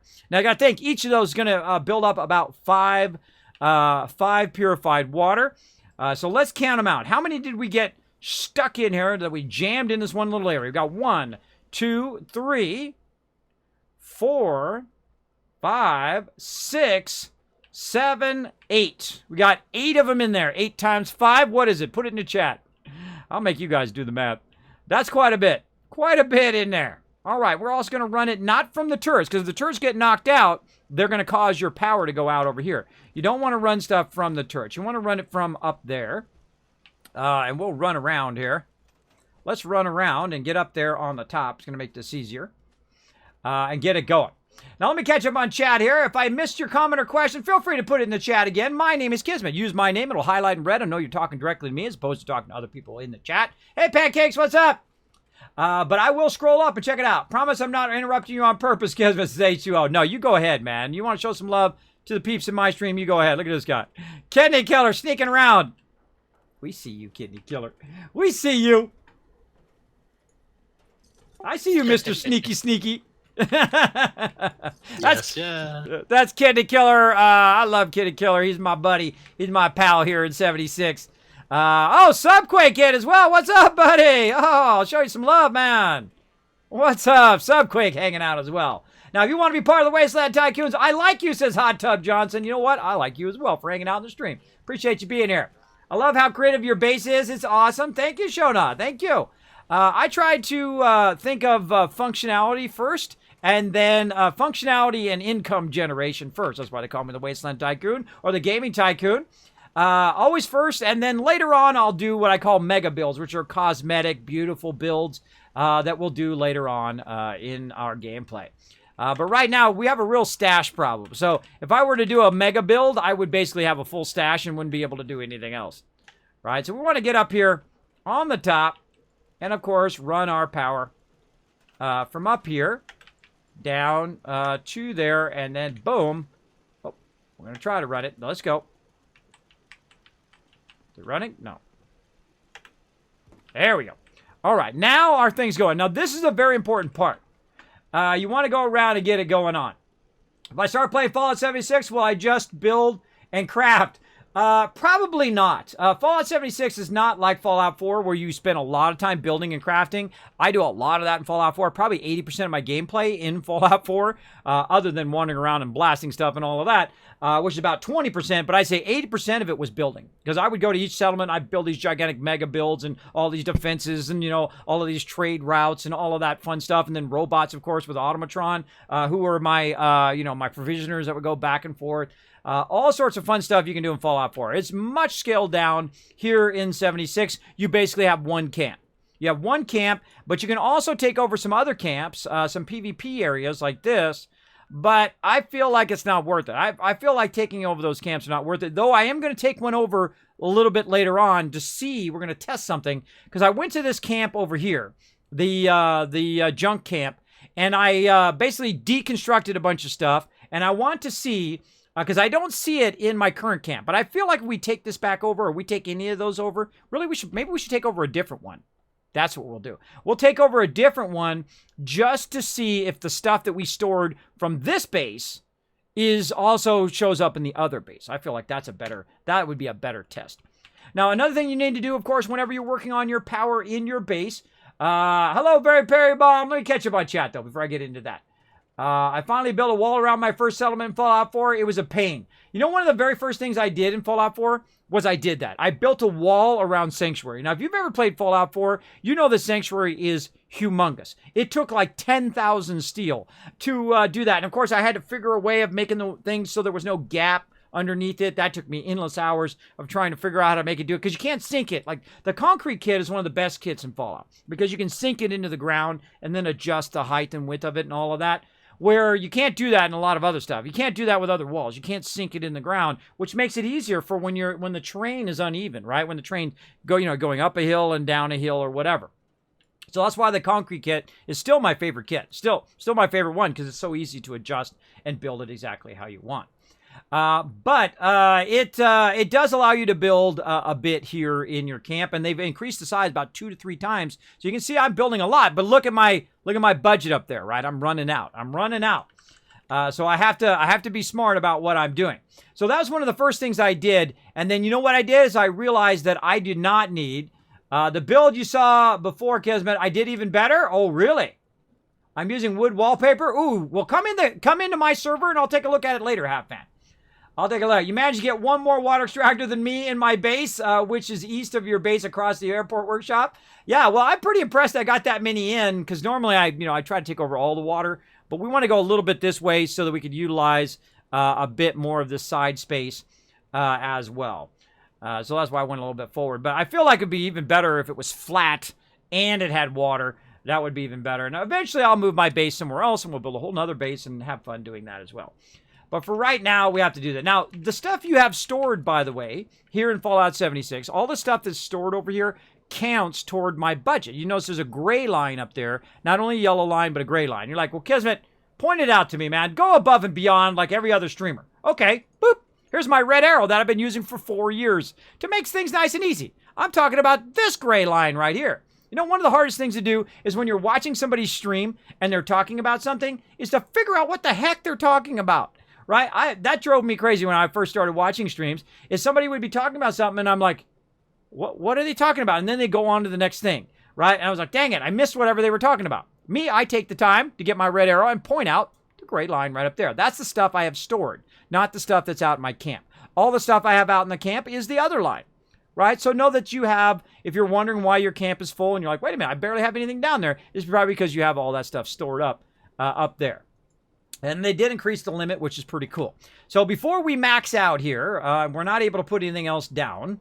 Let's go ahead and start with our bobbleheads and our magazines and just show them off. That's really their only purpose. Their only purpose is to show those suckers off. So we're going to put them right back here, right there, and right here. Now, I wonder if they gave them all back to me. Let's find out. Where did they go? Did they go into my stash? Did they go in my inventory? Oh, no, they're still there. They're still there. They're just not showing up. Okay, I probably have to take them out from my stash and then put them back in again. Oh, yeah. See, now notice they're like got like a little reward chalice there. What? I exceeded my budget. Oh, I exceeded my workshop budget. What a surprise there. Now, I feel like the toughest thing about Fallout 76 is the fact that you do not have enough stash. There's just not enough. They've got to find a way to fix that. If they could fix it, if they suddenly came back tomorrow and said, hey, everybody, guess what? We fixed the number one thing. You got 5,000 stash, or we create 3 separate stashes. 800 for when you're selling stuff, 800 for your normal stash, and 800 for your base. Right? So you can put all your junk in your base one, which is all your materials that you use for crafting and repairing and doing all of that stuff. Your normal stash would be for your ammo, for your weapons you're trying to save, or your outfits you're trying to save, and all of that other stuff. That would be phenomenal, even if they just did that. Now, if they could increase it to 5,000, great. If they split it into 3 separate containers, even better.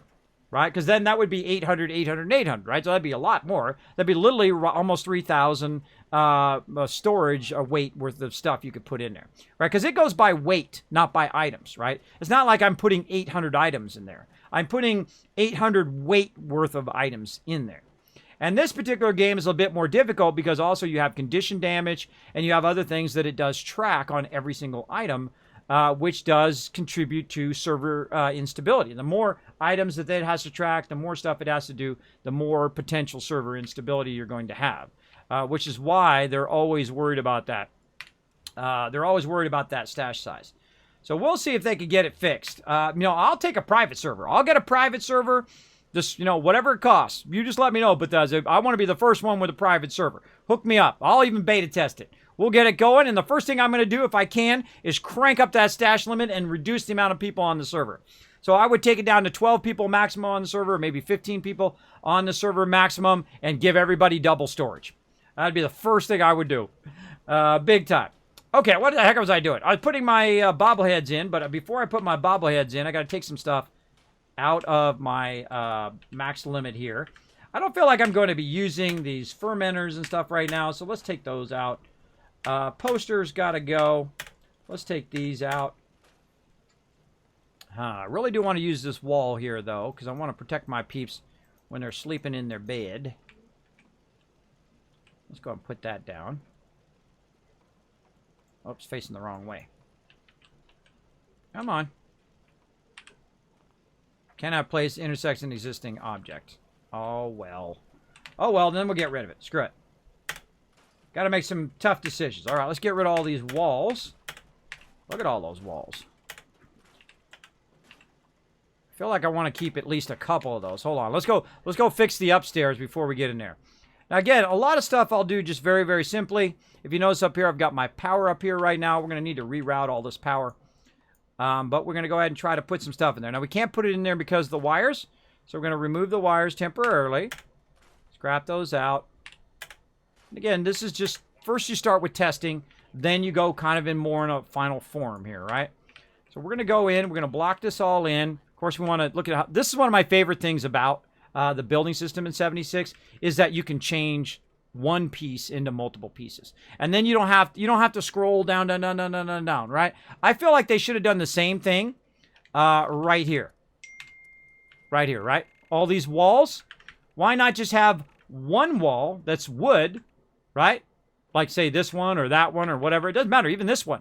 That you can just scroll through the whole thing. Scroll through all the wood pieces at once, right? That would be way better than having to scroll down to do all of this. And then you have all of the brick pieces and all the wood pieces and all the metal pieces together. And you just scroll across, find the one you want, and then use that one. You can scroll back across the one you want and just change the piece into whatever piece you want it to be. Instead of having 15 different pieces that you have to scroll down. I feel like this is the great triumph of the building system here in 76. So we want a doorway, obviously, so we can get in there. We'll put a door in there. I can find where my doors are. Where'd my doors go? Right there, doors. And I like to put a nice solid door in there. Obviously, because you don't want people shooting in there. See, that's the thing. I don't want people shooting my power. The power is my most important thing. So you're like, well, Kismet, now you got your power in there. How are you going to fix that? Well, we're going to run it up over the top. And then, of course, we'll branch it out just like we did before. And the way to do that is to utilize something we're already utilizing right down here. Let's go ahead and scrap that. I hear some noise going over there. And the way to do that is to put this up here.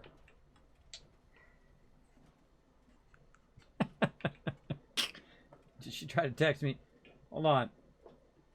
Hold on, I gotta go stealth boy again, everybody. I'll be right back.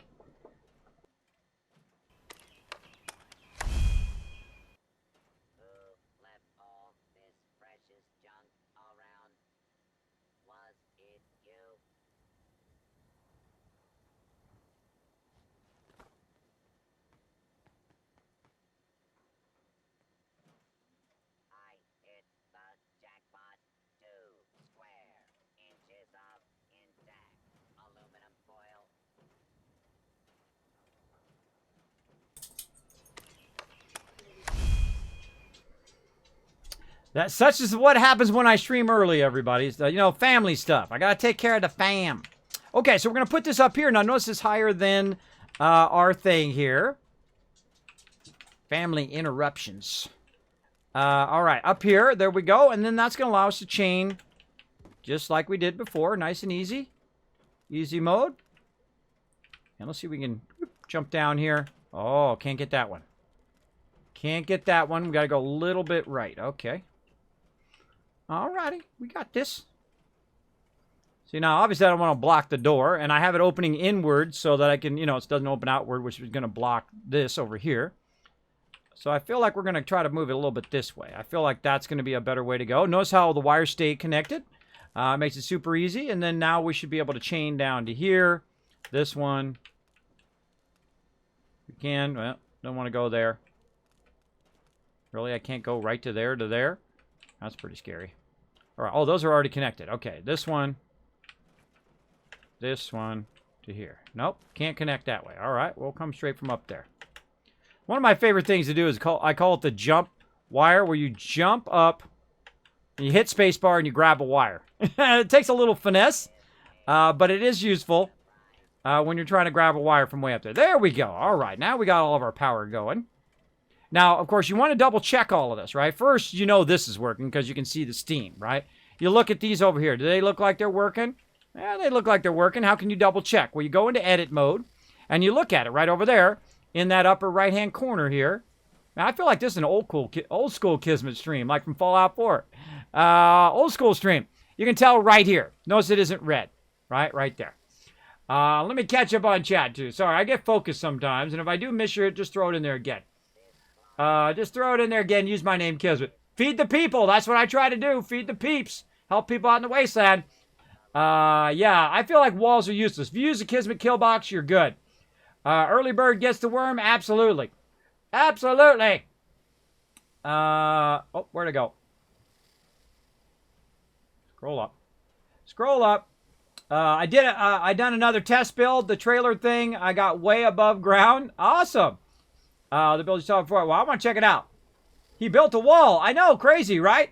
I typically don't use walls. Typically, I use the Kismet kill box to defend the whole entire area. But this time I did what I call a perimeter defense, where you just put some platforms and put it there. But also you can do some other thing I'm going to do way in the back to defend the back as well, to get that going on. Let's see. You managed to get one more water extractor. That's right, I did. The Great Wall of Sanctuary. I know, huh? And I built that wall all the way around there, and I realized I didn't need that. You know what I needed? A ladder. One ladder that goes off the ground. Remember those wood ladders where they had the base and a ladder and the wood on the top? I thought those were fantastic. I also liked the one that was a full piece, and then it had a ladder, and then it was another full wood piece. That was another fantastic piece, which we don't have here in 76. Those are like the founding blocks of just about everything I did in Fallout 4, and you don't have those here, which is pretty tough. So you get the idea. So we're looking for that in that upper right-hand corner there. Let's go and take that arrow out as well. That's some fancy arrow you got there. Love it. Oh, yeah. You know this? This is done in a program that costs $4,000. Bet you don't believe me, do you? That's $4,000. This is done in Maya, one of the highest-end 3D programs. That's when I had money. That's when I had money. I would buy $4,000 programs. I know, crazy. I call it massive overkill for a stream. But just imagine what I could do, though. I still own Maya. I could go get in Maya right now, make some animations and things, and I could even have dancing dragons. You're like, Kismet, you ain't got no dancing dragons. Oh, really?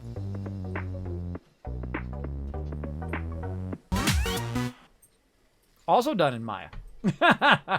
There you go. If I only had some... Norbert! Exactly! Throw some Norbert emotes in the chat, everybody. If only I had more time in the day. There's only one me, and I can only do so much in the day. I can do 3D animation. I can do embroidery. I could be working on my alerts. I could be streaming. I could be helping with my kids or my wife. I could be doing those things, but I can only be doing one of them at the same time.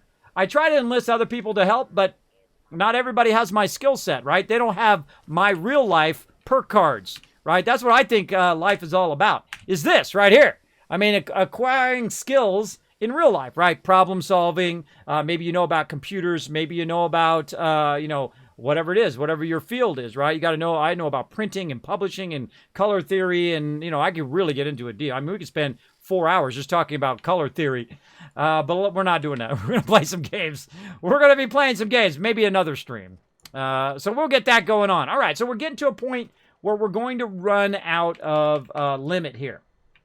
So let's go do some stuff out here in the back. Gabe Killer, what's up, bro?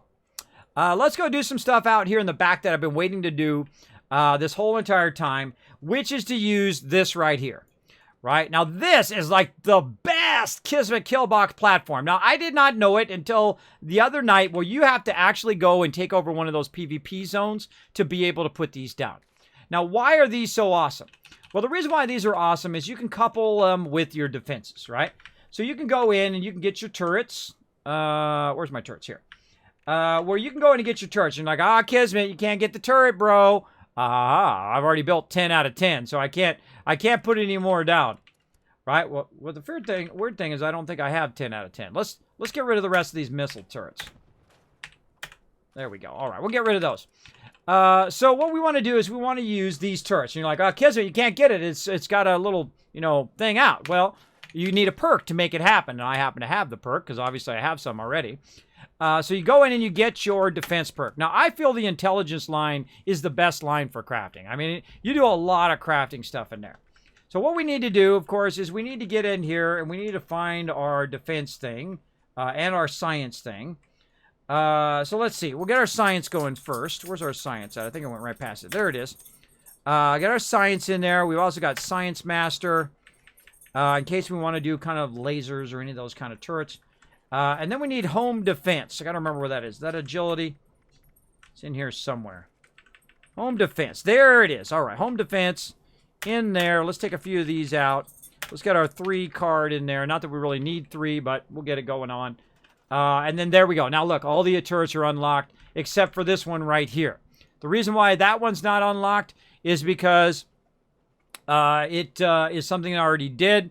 And basically, I don't have enough materials to make it happen. I don't have enough circuitry to make it happen. That's why it's like that. But I could make them. Obviously, I have some.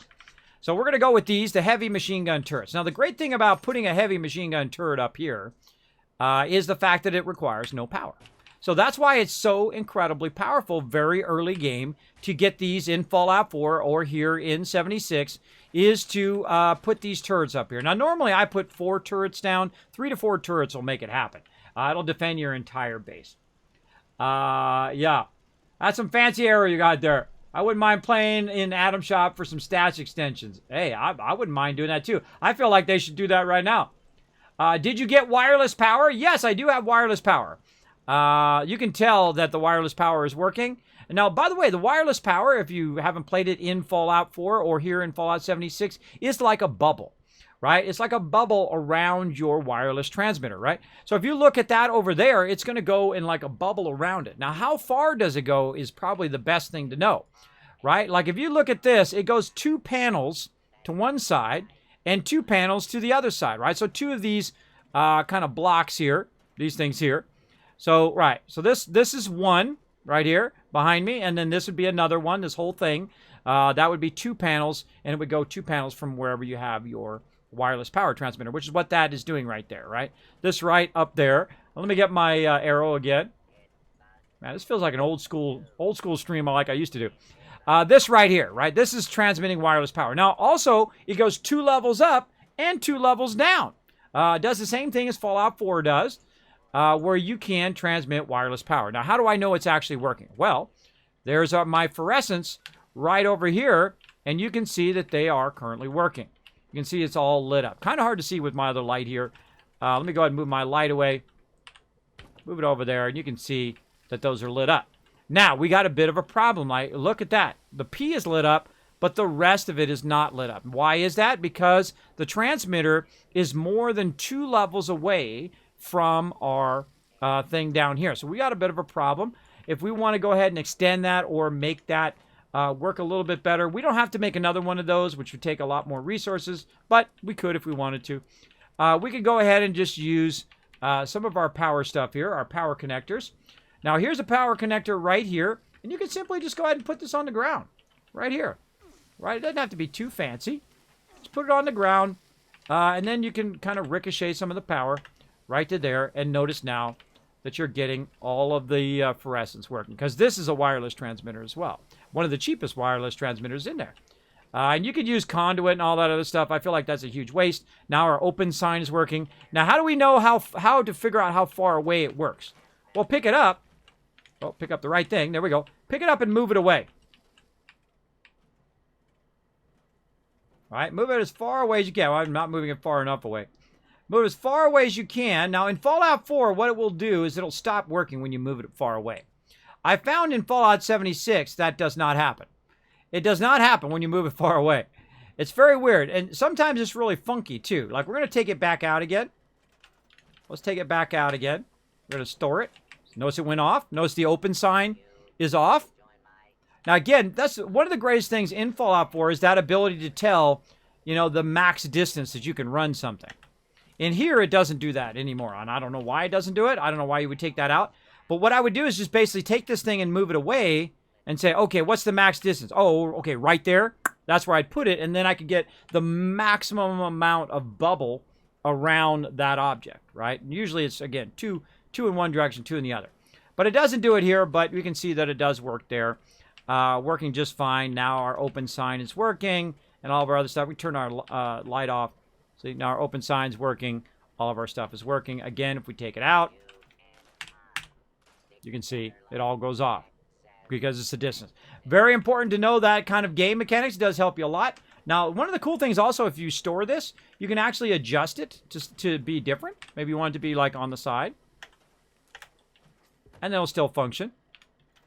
Which that's one of the things I love about 76 is that multiple ability to change one object into another object. Very, very useful.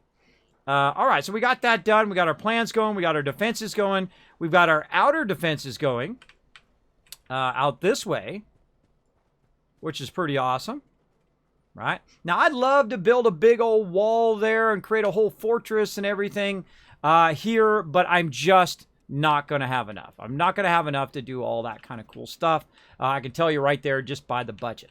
But we do want to get this going. So what we want to do, of course, is use that one over there. And then we want to use another one over on this side.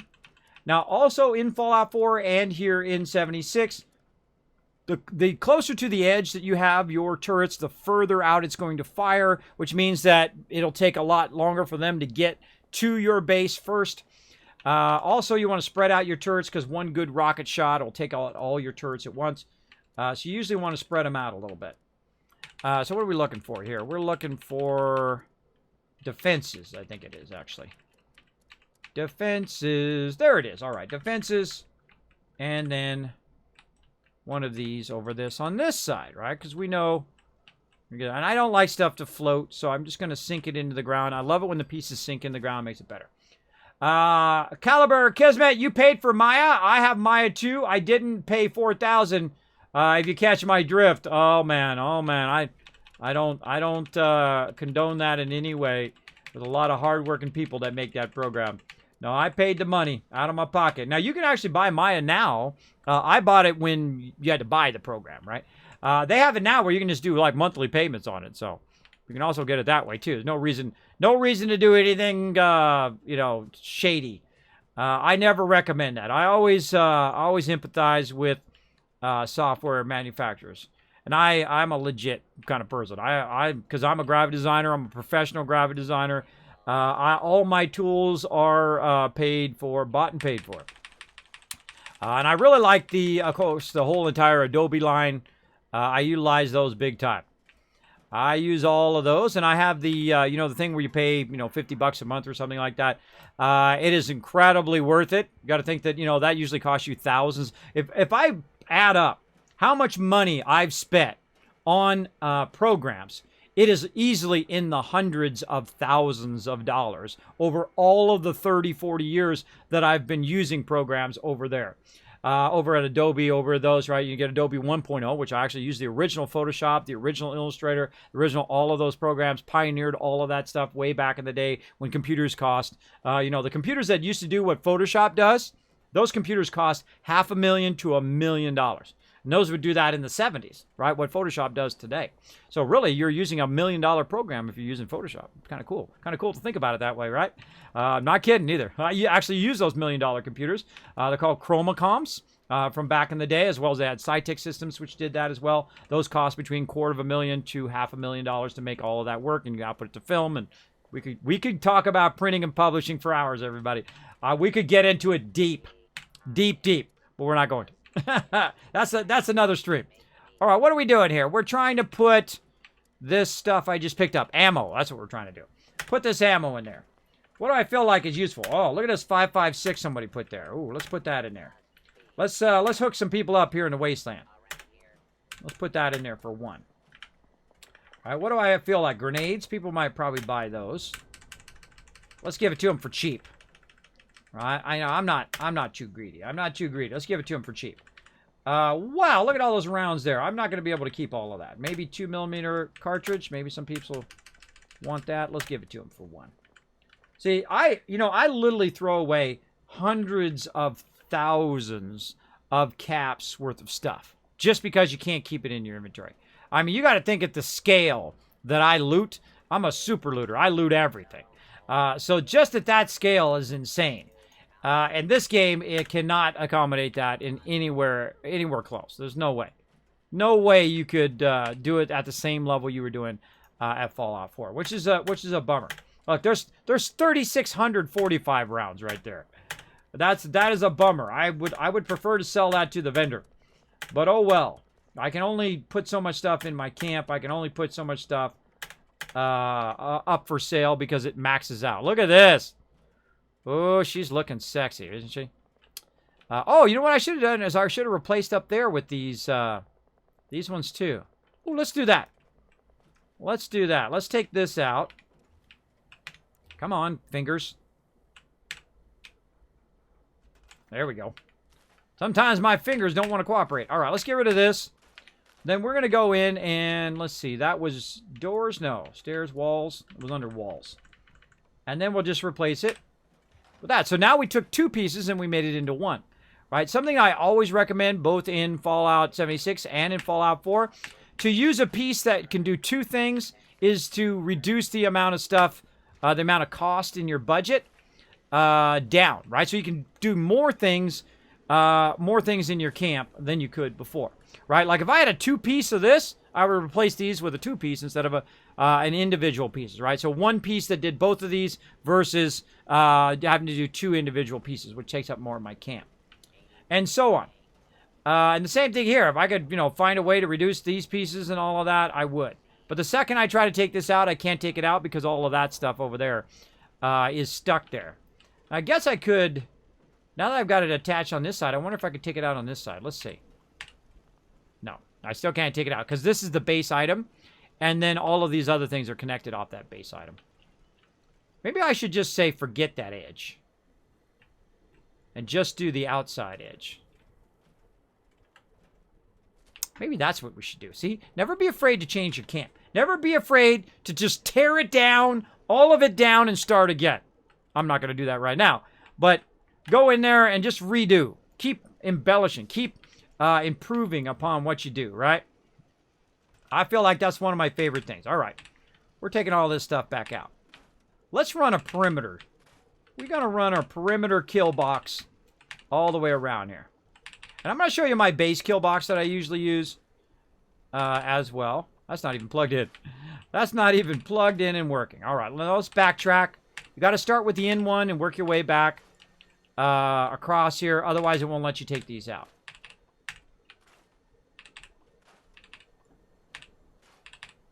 See, I'd love to have that circular piece where you could use that as a support like you could in Fallout 4. And I go back and forth whether I like this system where you have to have a foundation to build stuff and whether that's a good thing or whether that's a bad thing. I kind of go back and forth.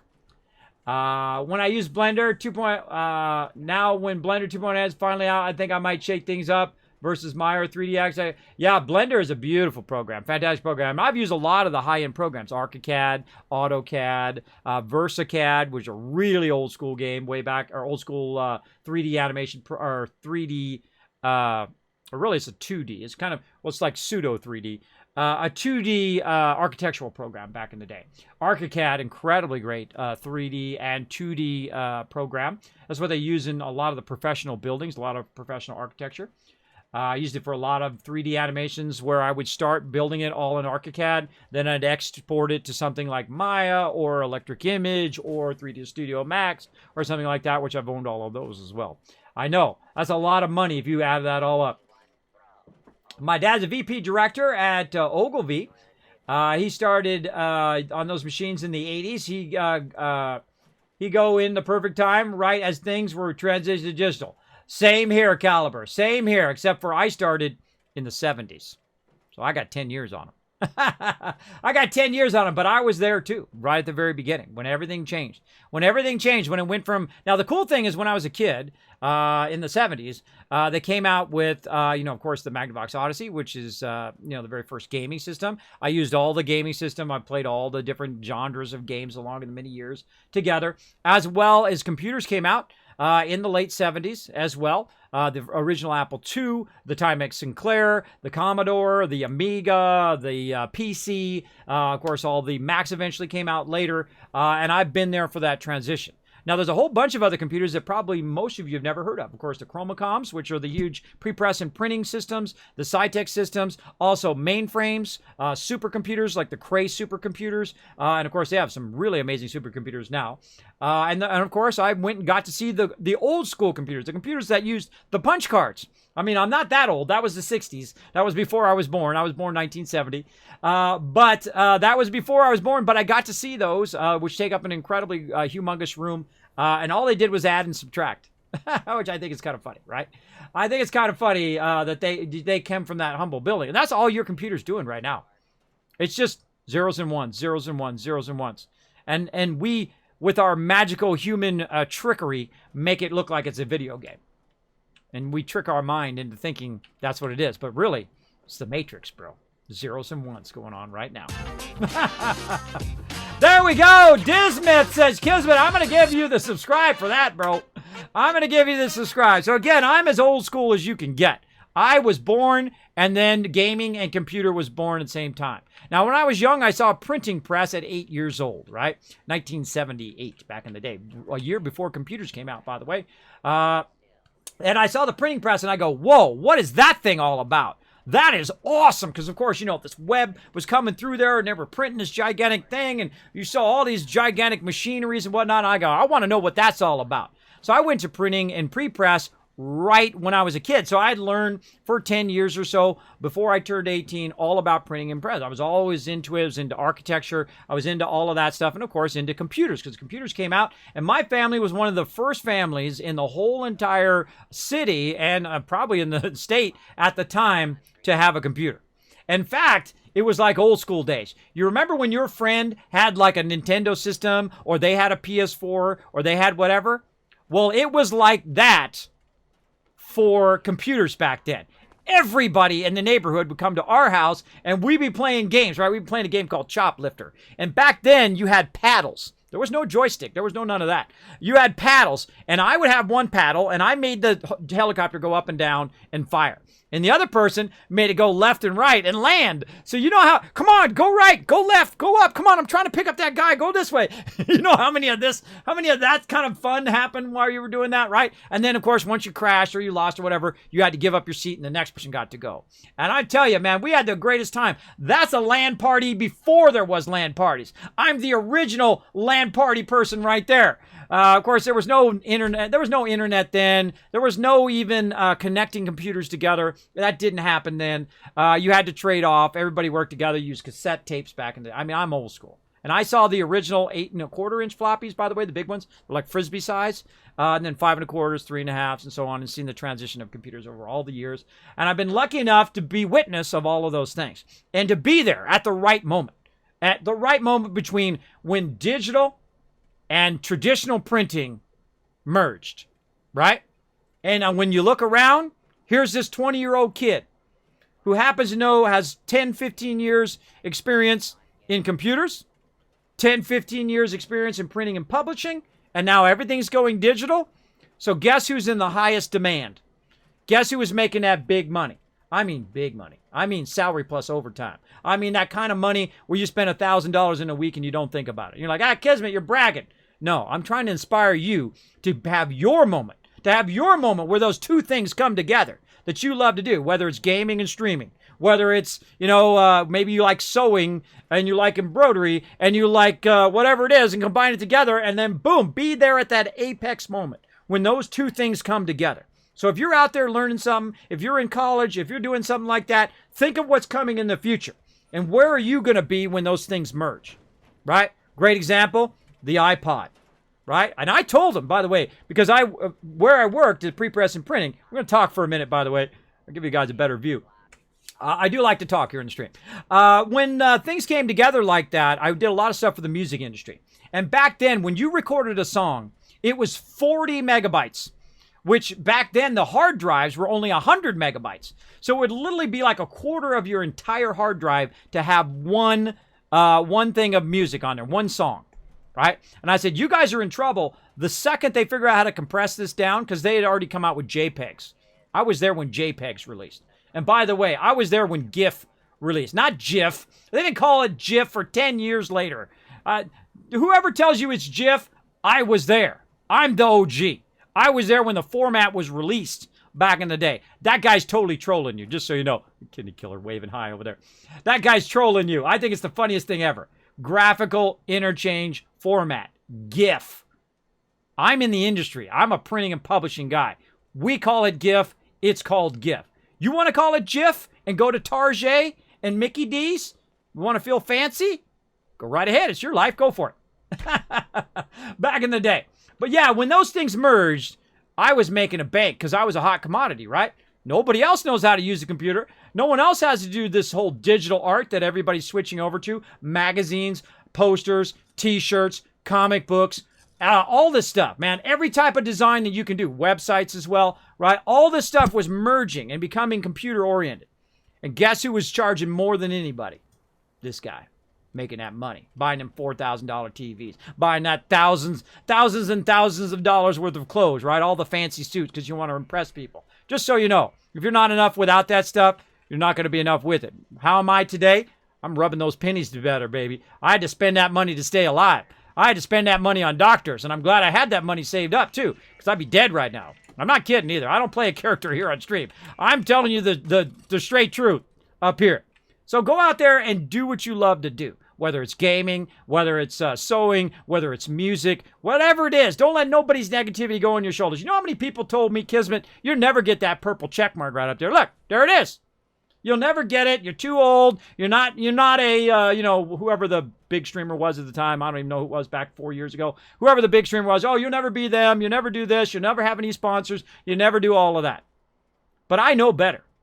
I know better that if I want it bad enough, I'll go get it. Just like in 76. If I want caps bad enough, if I want some armor, I want whatever it is, I will go get it. For sure. Same thing in WoW, right? Same thing in WoW. If I want that high tier, maximum tier loot, I'll either grind the cash and buy it from the auction hall, or I'll get my crew together, and I have one of the longest running gaming guilds. 16 years together, 800 plus members. If I call them in, I say, I need your help. We need to get in here. We need to do these 40-man raids so I can get that gear. I probably would never do that, but if I needed to, I know they would answer the call. They absolutely would. They say, Kismet, I got you back. Let's go. Let's go do it, man. We're going to grind these raids. We're going to grind them, just like we did back in the day, right? 300 members strong back in WoW Classic or WoW Vanilla back in the day. So that's what you do, everybody. My stream is about doing what you love every day. Be inspired. Don't be impressed. Be inspired. Because I ain't here to, tout my own horn or whatever. I'm just here to tell you the straight truth about life. It ain't easy. There's billions of people all over the world struggling right now. I know you may be struggling like me. I get up every day and it's a struggle, right? Because I got sleep apnea. I got vertigo. Every day it's a struggle. I get tired because I'm older. I get tired. Like today I was packing for TwitchCon. I literally did it for like 4 hours and I got so exhausted I had to lay down. That's how tough it is. And you guys know what I'm talking about. You guys know what I'm talking about. So don't let anybody drag you down. And here's what people do a lot of time. They try to put their negativity, they try to put their problems on you. I know you have it right here, right now. Knock that off of there. It ain't your job to carry around their problems or their negativity. Don't put it in some backpack, some negativity backpack, and you're way down in your life with that. Man, I tell you, I was so depressed when I lost my job at Apple. I had to step down from my job at Apple. That's what I had to do when I got sick. There was nothing else I could do. So I gave away a job of a lifetime. The brass ring. The brass ring. I'm telling you, I was a senior tech there. I was going to go up to the most elite group in the entire company. I was being fast-tracked. But life gives you a little curve, right? And I feel like destiny gives you a little push sometimes, right? It's telling you, Kismet, hey, man, you could crush this. You could destroy this. But I'm going to give you a little challenge. Or a big challenge in this case. The kind of challenge where you can't get out of bed. That kind of challenge for over a year. I was trapped in the bed. And all I ever wanted to do was get out of that bed and be able to spend time with my... Oh, my God. Okay, that's going to make me emotional. Spend time with my wife and kids. We'll skip over that part. And that's all I ever wanted to do. And here I am. 50 pounds lighter. Doing what I love to do right now. Trying to inspire you to do what you love to do. So don't ever give up. And if you're having a rough day, you come in here. I'm going to give you some love. I appreciate you being here, and I know you can do it. You're going to have all these people telling you you can't. I know you can. If you want it bad enough, go make it happen. Go make it happen right now. Go do it. There you go. Make a list. Make a list right now of the stuff you want to get done tomorrow. Don't make a list tomorrow. Make it now. Make it tonight before tomorrow.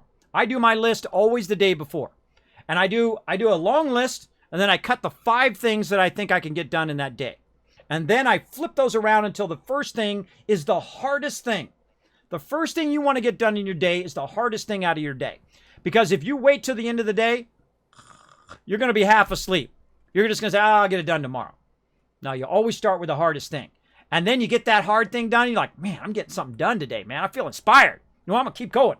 And then you knock out those other ones, and those are the easier ones. Now, okay, that's easy. That's easy. I get that done. Got that done. I'll go to the store. I'll get my laundry done. I'll get my work done. And then before you know it, somebody like me, I was always the boss. Everywhere I work, I'm the boss. I'm the boss here. I'm the boss here. I'm the boss of my guild. I'm the boss of my team, right? Of my mod team. I'm always become the boss. And I used to be, of course, I was in my 20s when this happened, by the way, when, the whole digital printing and traditional printing and computers merged. And so everybody would look at me, and I'm sure a lot of you who are younger, everybody looks at you like you don't know what you're talking about just because you're young, right? And then all of a sudden, I would become their boss, right? I'm the boss of them. And they were like 50, 60 years old. They were my age, right? And then, a little resentment there as well. But I always treated people with respect and respect their knowledge, right? That's very, very important when you work with other people, right? Don't get an ego like, hey, look at me, I'm Mr. Boss Man, right? No. Everybody has a set of skills that enhances the group, right? If somebody has a set of skills and they feel like they're the hot dog, the number one, and they're better than everybody else, I fire them. They're out of there. I get rid of them. I don't care if you're the best gamer in the world. I don't care if you're ranked number 1 at WoW or whatever it is. If you're an a-hole, I don't want anything to do with you. I don't want you in my guild. I don't want you around my peeps because it causes instability in the group. It makes it difficult. That's why I have a guild, one of the longest running gaming guilds, been running continuously for 16 plus years because we don't deal with drama. We don't deal with it. We don't deal with it. They're out of there. Because that's the number one thing that kills guilds, is guild drama. People start to leave. People don't want to deal with your tongue. People are ninja looting. People are being jerks. People are putting down women, right? Being derogatory, sexual comments, things like that. That is an instant ban from my guild. You disrespect some of my lady members, you are gone. You are out of there. Bye-bye. No messing around.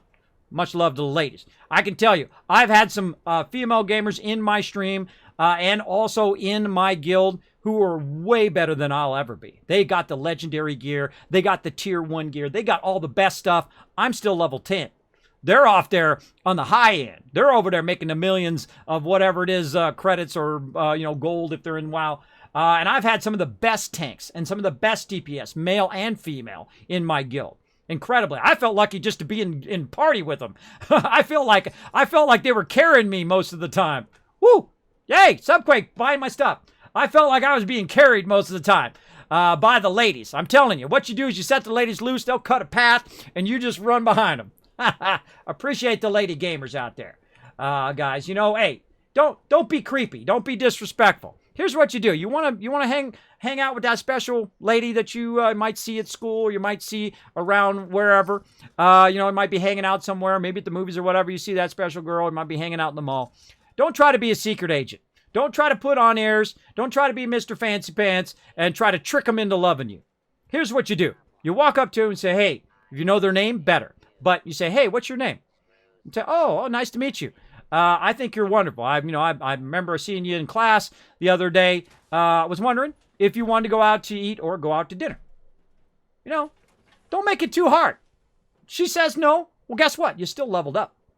Because you asked somebody out. You were brave enough to ask somebody else. It's going to hurt when they say no. I've had people say no to me. I've had women ask me out before. And I've said no to them. Because I was in a relationship. Right? There's only one woman I can handle at one time. I don't like to have multiple women going at the same time. Even when I was young. That's just too much work. One lady at a time. See if she's the one. If she's not the one, it got to be a mutual thing. Okay, I'm not the one for them. They're not the one for me. All right, thank you. But it was great being with you, but I'm out. That kind of thing. Until you find the one where it happens. When you're struck by lightning and you're like, whoa, wait a minute. Hold on, everybody. Hold on. There's something different about this person. There's something different. And when I saw my wife, future wife, boom, I knew it the second I saw her. And if it hadn't happened to me, I would think, Kismet, you're full of crap, right? But it happened to me. I feel very lucky when I was young, too. Right. And I said, you know what? My last girlfriend was crazy. I'm going to just, opt out for now. I'm just going to work, make tons of cash, retire, and then find me, maybe somebody special later. But that, the funny thing is when you stop looking, that's when fate comes along, gives you a little love, right? And I've been with my wife for 26 years. 26 years together. Still love her, just like the first day I met her. She's incredibly beautiful, and she has like magic powers because she still looks like she's 25. Me, I look like I've been in a bar fight for the last 25 years. But yeah, she is wonderful. She's my everything. I put my wife above all things. Money, stuff, things, even my kids. I know you're not supposed to say that, but too bad. You put your spouse number one, they're putting you number one. You shouldn't be arguing with your spouse. You shouldn't be like yelling at them and verbally abusing them. It should never get to that point because you're a team. You're working together. You're not adversarial. You're not fighting against each other. You're together. You are one. You are working toward a common goal. If there's money problems or if there's, problems, around the house, if the neighbor's being a jerk and whatever, you work together. Me and my wife don't fight. We don't yell at each other. We don't do all of that. I back up my wife against all issues, right? My wife said right now, like she needed me to plug something in for her, fix her phones for a second there. I will leave the stream right now. My wife says, hey, I need your help. Oh, gotta go, guys. I'll be right back. Right? Always got to set that person as number one. They set you as number one. You set them as number one, and everything else works itself out. Even when you get super sick like me, you have no money to your name, you're just trying to survive, but you always got that other person backing you up. And that's a powerful thing. That is an incredibly powerful thing in your life. All right, I don't know how I got off on that tangent, but sometimes I do talk a little real life. Now, of course, it's your life. They're your life decisions. They're all on you. I'm not trying to tell you what to do. I'm just telling you from my point of view. So there you go. I remember 4-player split screen, all on the N64. I remember that as well. That's old school. Printing press hype, exactly. Dude, I played first game before it was portable. Oh, I played the old school, man. The old school. I played them all, which is pretty fun. So yeah. Pretty cool that your dad was back in the day too, man. Back in the day. That's cool. Let's see. Insane, the acceleration of technology over 20 years. Oh, absolutely. I feel pretty lucky that I was there at the genesis of it, at the very beginning, right? That gives me a huge advantage today too, because I have all of those years of knowledge, all of those things that I solved, all those problems I've solved, all the place I've worked, all the people I've been able to work with who were exceptionally good at what they did, and all the things I learned from them and they learned from me, and we exchanged that information. I don't covet information. I feel like that's the biggest mistake that some people do is like, oh, well, I don't want to tell this guy, how to do this. Otherwise, he's going to take my job. No, sometimes that will happen. But most of the time, I find that when you collaborate with other people, you learn what they know and they learn what you know. And then together, your whole entire team goes up a whole nother next level. My teams were always amazing. I was always the top performer. In fact, where I worked there, I got the highest of all time review, right? They go in, they review you, based on your performance and all that stuff. And that is how much you get a raise. That's how much your raise is that next year. I got a 30% raise. I don't know if you've ever got a 30% raise when you're already making a crazy ton of cash. That's a lot of money. That's a lot of money. I got a 1.1. And they wrote on my evaluation, we were going to give you a 1.0, but we want to, have something for you to grow on. And they didn't say why other than that. That was it. They just say, hey, we want you to keep aspiring to be awesome. Because I feel like, I guess if I got a 1, then I would be like, hey, I did it. I did it. But pretty awesome. Pretty awesome. I love it. You got a new subscriber. Well, thank you, Hot Tub Johnson. Thank you so much for that subscription, love. Appreciate that big time. And again, thank you, Barry Perry, for coming in with the 8 months of love. Dismith also coming in with the subscription as well. And thank you, Machi and Inicio Gra. I think I got that really horribly butchered, but thank you so much for that love. And this is what I do here in the stream. I try to send out positive energy, try to tell you can do it, because if somebody disabled, stuck in the bed for over a year, can get back up and do something that everybody tells me was impossible, right? You can do it too. I'm telling you. You can. If I can do it, anybody can do it at this point. And you guys are probably a lot younger and stronger than me.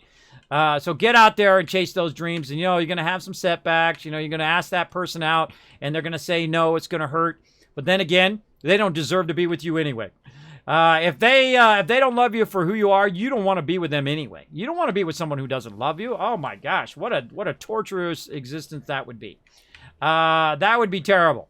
You want to be with someone who wants to be with you, right? They're not looking for the next thing. They're not looking at you like a turkey dinner. You know, all the the fair weather friends out there who want to be your buddy when you got lots of money and you're renting 30 Sea-Doos and partying at the river like I used to do. Well, where are those people now? Don't know. Don't know. They're out there somewhere. Some of them probably still not even alive. Some of them were a bit older, so I don't know. But they weren't there when I got sick. They weren't calling me up and say, "Hey, Kismet, how you doing?" But some of my friends did. "Hey, Kismet, I heard you got sick. Are you okay, bro?" "Oh, well, I got sleep apnea, we got vertigo and all that." I'd say, "Man, you need anything, you give me a call." Appreciate it, man. I tell you, man, that bring you to tears. When someone just calls you out of the blue just to see how you're doing. They're not calling you to get Knicks tickets. They're not calling you to ask you for a favor. They're calling you on the phone to see if you're okay. And that is a true friend. That's when you know you have a good friend. When they call you just to see how you're doing. In fact, you want to freak out your parents right now? You want to freak them out? Just call them up and say, "How you doing?" And they're like, "Oh, what do you need?" "Oh, I don't need nothing.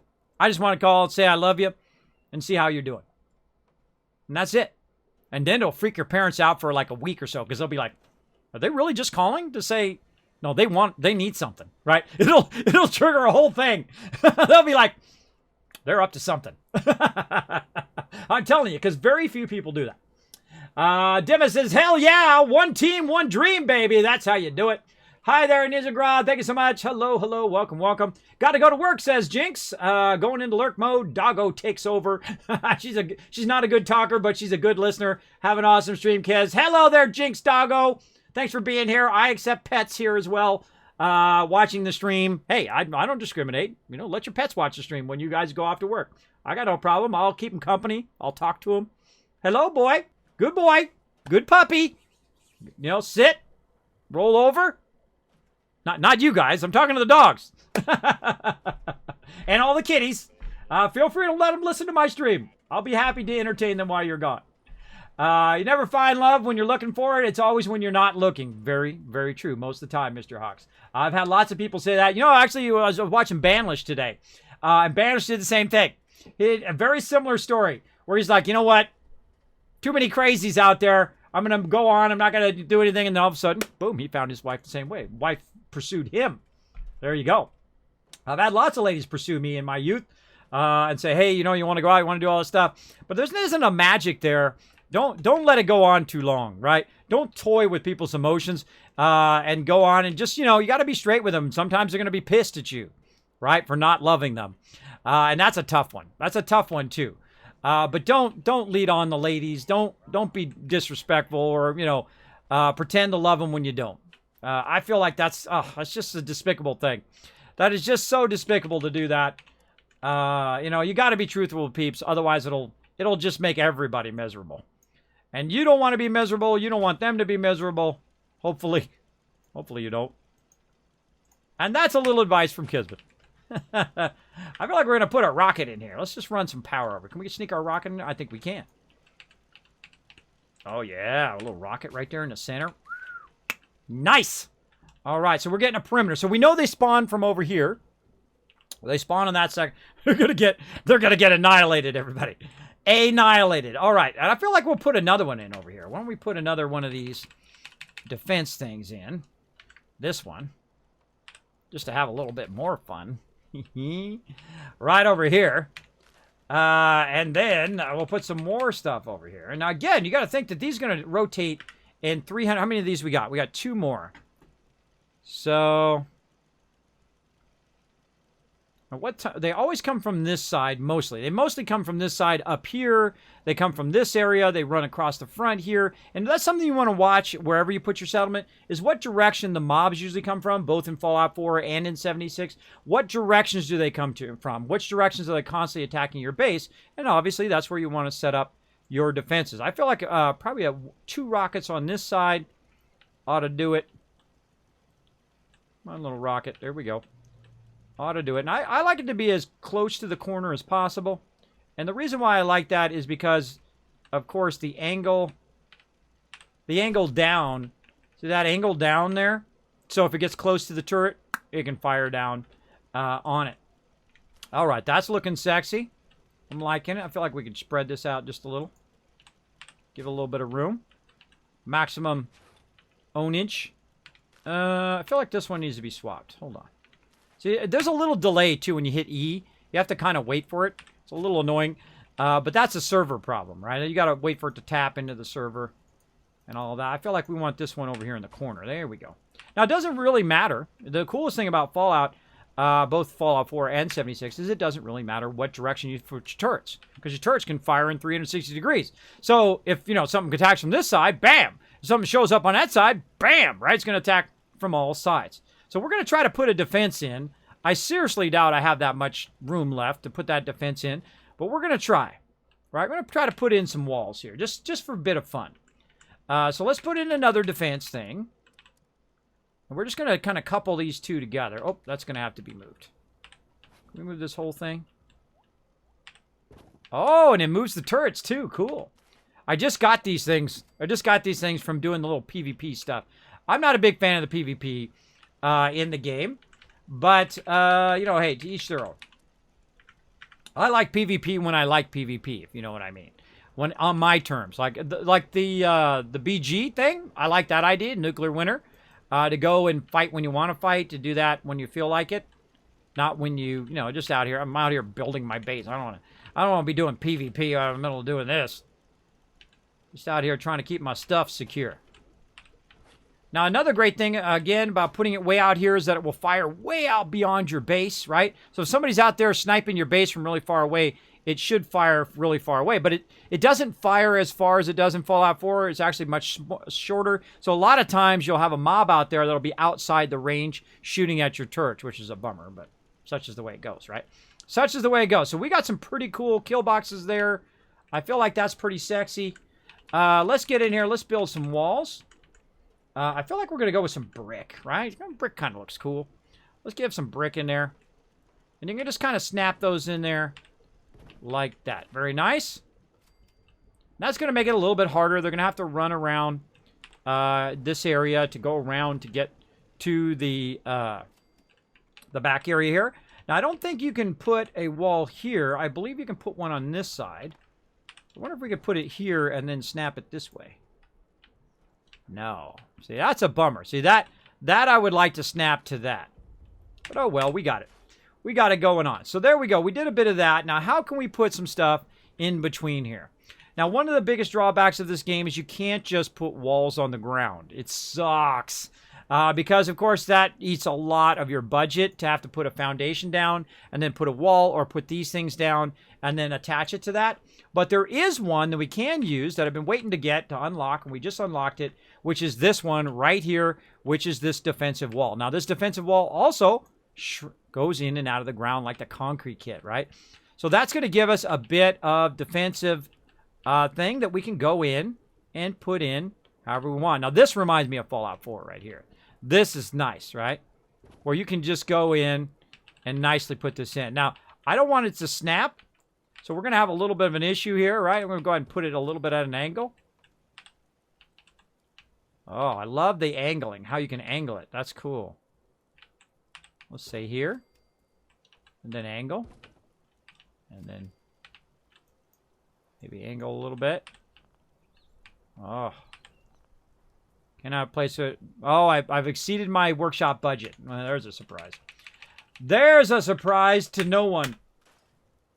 All right, machine gun. We got 2 more heavy machine guns. I feel like 3 over there. No, let's go with 4. Let's go 4. I like to do 4 turrets. I feel like 4 turrets is right about the thing. Really, you only need rocket turrets. You can really just put rocket turrets down, but I'm trying to, you know, reduce the power because I want to power all of my water here as well. So I feel like 4 is enough. Then we can go ahead and scrap the rest of these and be good. Let's see. So we want to do that. We want to go ahead and scrap some of this other stuff that we're probably not going to use. These doorways. Like this. There we go. We'll get rid of these walls. Get rid of these foundations. Let's just get rid of all of this. And if we need any of this, we'll just rebuild it. Look at how much stuff we went through there, right? That was a lot of stuff. We'll take all these out. Look at all that budget coming back again. Nice. And so we're building quite an industrial complex here. And we're just basically trying to block it so they can't just run into our base. And we're getting a bit more serious about building a base, right? And again, in the beginning, I don't really mega build like this. I don't really build at this level. And the reason why is because, one, resources, and two, time, right? You know, I don't have a lot of time to sit here and fool with bases. Get that nice and close. Just kind of visually check it out. Selected item is floating. Okay, whatever. Yeah, we're going to have to move that out just a little bit. That's weird. Okay, it says it's floating. So, how can we do this? Let's see. We'll take this one, and we'll move it, say, there. And I'm looking at where the one was before. Then we'll try to attach this one to this one. That one says intersecting an existing object. Let's move it around a little bit more. Again, you got to fuddle with it to get it. Oh, come on now. Come on. That's not touching nothing. What do you? What's it? Oh, it's touching the turret. Is it touching the turret? Oh, wait. Nope. There we go. Yeah, see, I can't snap it to it. See, the funny thing is, look, if I snap it, it doesn't work. But if I just do it like this, then it does work. Which I always think is a funny, like, snapping issue, right? So, yeah, that's not going to work. All right. Let's figure our way around it. So let's do this. Can't see what the heck I'm doing. Let's rotate it around a little bit. Let's just cut it real close like this. Let's do more of a deep cut. See, look how it's jumping up and down. See how the things jump up and down depending on how close I get? That's an important thing to pay attention to. If you leave a little bit of gap in there, oh well. All right, there we go. All right. And then we'll try to angle it the other way. Not angle it back out again. I love how you can angle this, though. This is pretty cool.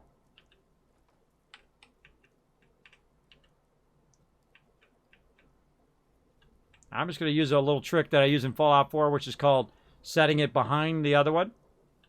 To lose a little overlap space. We can see if we can get it in there. Nope. Must not. Cannot place item. Must not be placed in water. How's it placed in water? What are you talking about?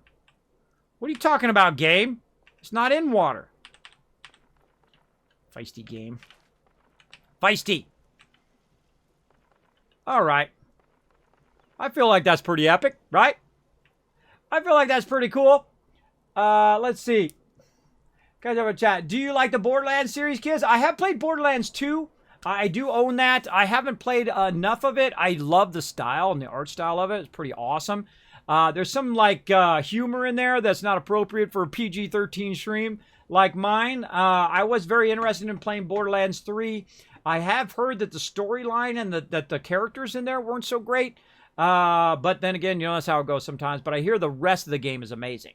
I was watching, who's that YouTuber? Oh, Angry Joe. I was watching his review of it. He said that the game itself is an 8 out of 10, but that you know, the storyline and the characters, the main characters, or the main evil characters aren't that great. But if you like Borderlands, I think you're going to really like that game. So it sucked when I tried to train people at work at ILM and I never got credit. Oh man, that does suck. Creator of the format says it's GIF. Sorry, look it up. Love you, brother. I know, that's what I was talking about. He's trolling you, Hop Along Jedi. He's trolling you, bro. He's trolling you.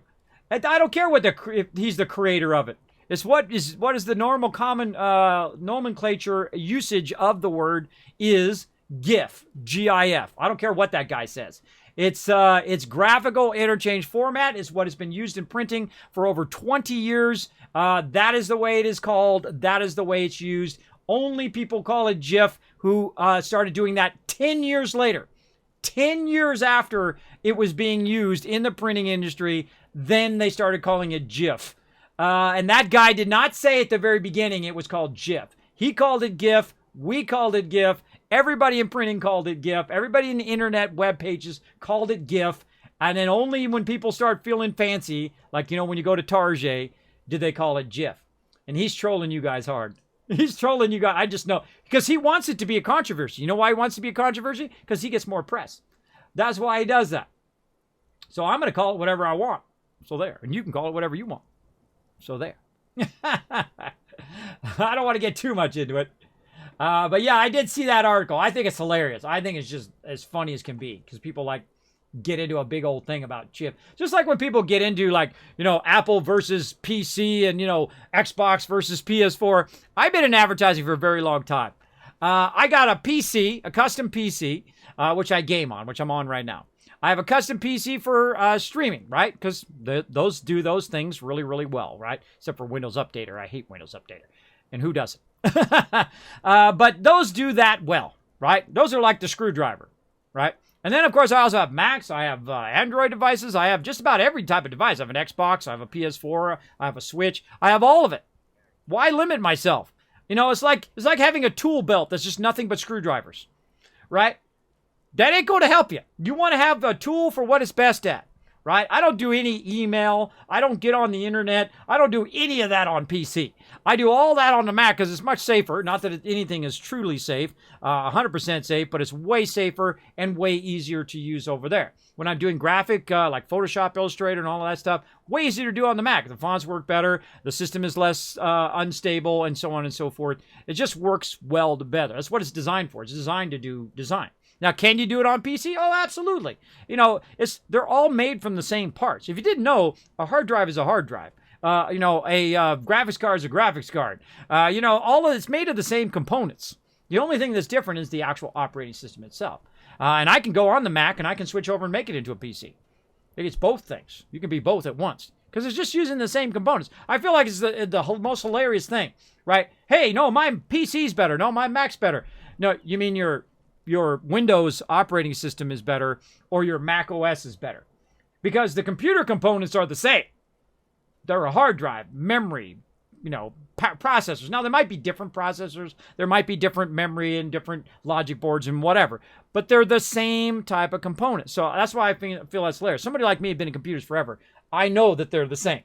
I know where they come from. I know where the manufacturers that create those things and where they come from in the world and where they're created, and they go into both systems and they're both exactly the same pretty much, right?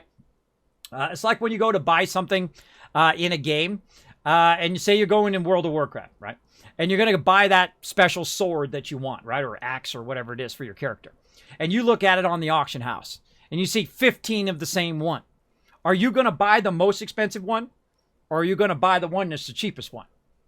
You're going to buy the one that's the cheapest one, right? Just like when you go onto Amazon. You go on Amazon, you're looking for a USB cable, right? Or a lightning cable or whatever, USB 3, USB-C or whatever it is now. You go in there and buy that cable. You ain't going to buy the highest price one. Why would you do that? There's no problem. I mean, you know, if it's the same thing, exactly the same thing, there's no reason to pay more. You pay the normal price or even the cheap price. You can find it on sale. That's the smart thing to do. And each thing has a purpose, right? Each thing is a great tool for whatever it does. That's why the tool was invented in the first place. Computers are just tools, right? And so are gaming systems. Gaming systems are just tools. What are they tools for? Well, they're tools for some tools, if you know what I mean. They're tools for some tools to act like tools, to get off on a separate tangent. But also, they are tools for gaming. That's what they do. They play games. So I don't care if you're on Xbox. I don't care if you're on PS4 or Switch or whatever. I don't care if you're on, you know, if you're on a Game Boy. If you're playing games and you're enjoying it, then that's what that tool is for. So go and do it. Go for it. Enjoy it. Don't let nobody tell you, you know, hey, you can't play on that Xbox. You know, PS4 is better or whatever. Ah, man, I feel like that's a huge waste of human intellect and time. I feel like the better thing to do is, man, I got this game, man. I got Spider-Man on the PS4. Now you're talking. Now you're talking. That is an awesome game. You know, also Avengers coming out. Avengers coming out soon, everybody. Oh, I can't wait for that game. Or if you're like, you know, dude, I got Google Stadia, bro. I got Google Stadia, man, where I don't have to have no big old gaming system, and I don't have to have an Xbox or a PS4 and all of that. And I can play with everyone in the world. I can play with every person in the world on Google Stadia. You know why? Well, not every single person, but you know what I mean. Every single person's got a TV. You know how many TVs were sold? Let's see. Let's figure out how many TVs were sold last year. Let's go. Let's see. Or this year. How many TVs are sold in 2019? How many TVs were sold? Let's see. 2014, 2019 stats. Let's see. 108 million. Is that right? Oh, those are 4K TVs. Whew, that's still a lot, even they're just 4Ks. How many TVs were sold? 221 million. I felt like that was a little low. 221 million in 2018. So that means that you can play games by taking your Google Stadia, plugging it into your 212 million TVs in the world, plug those in. Of course, the hardest thing is getting good internet. You get the Epic internet, and then, you know, save your money. Don't buy that Epic gaming system. You buy the Epic, the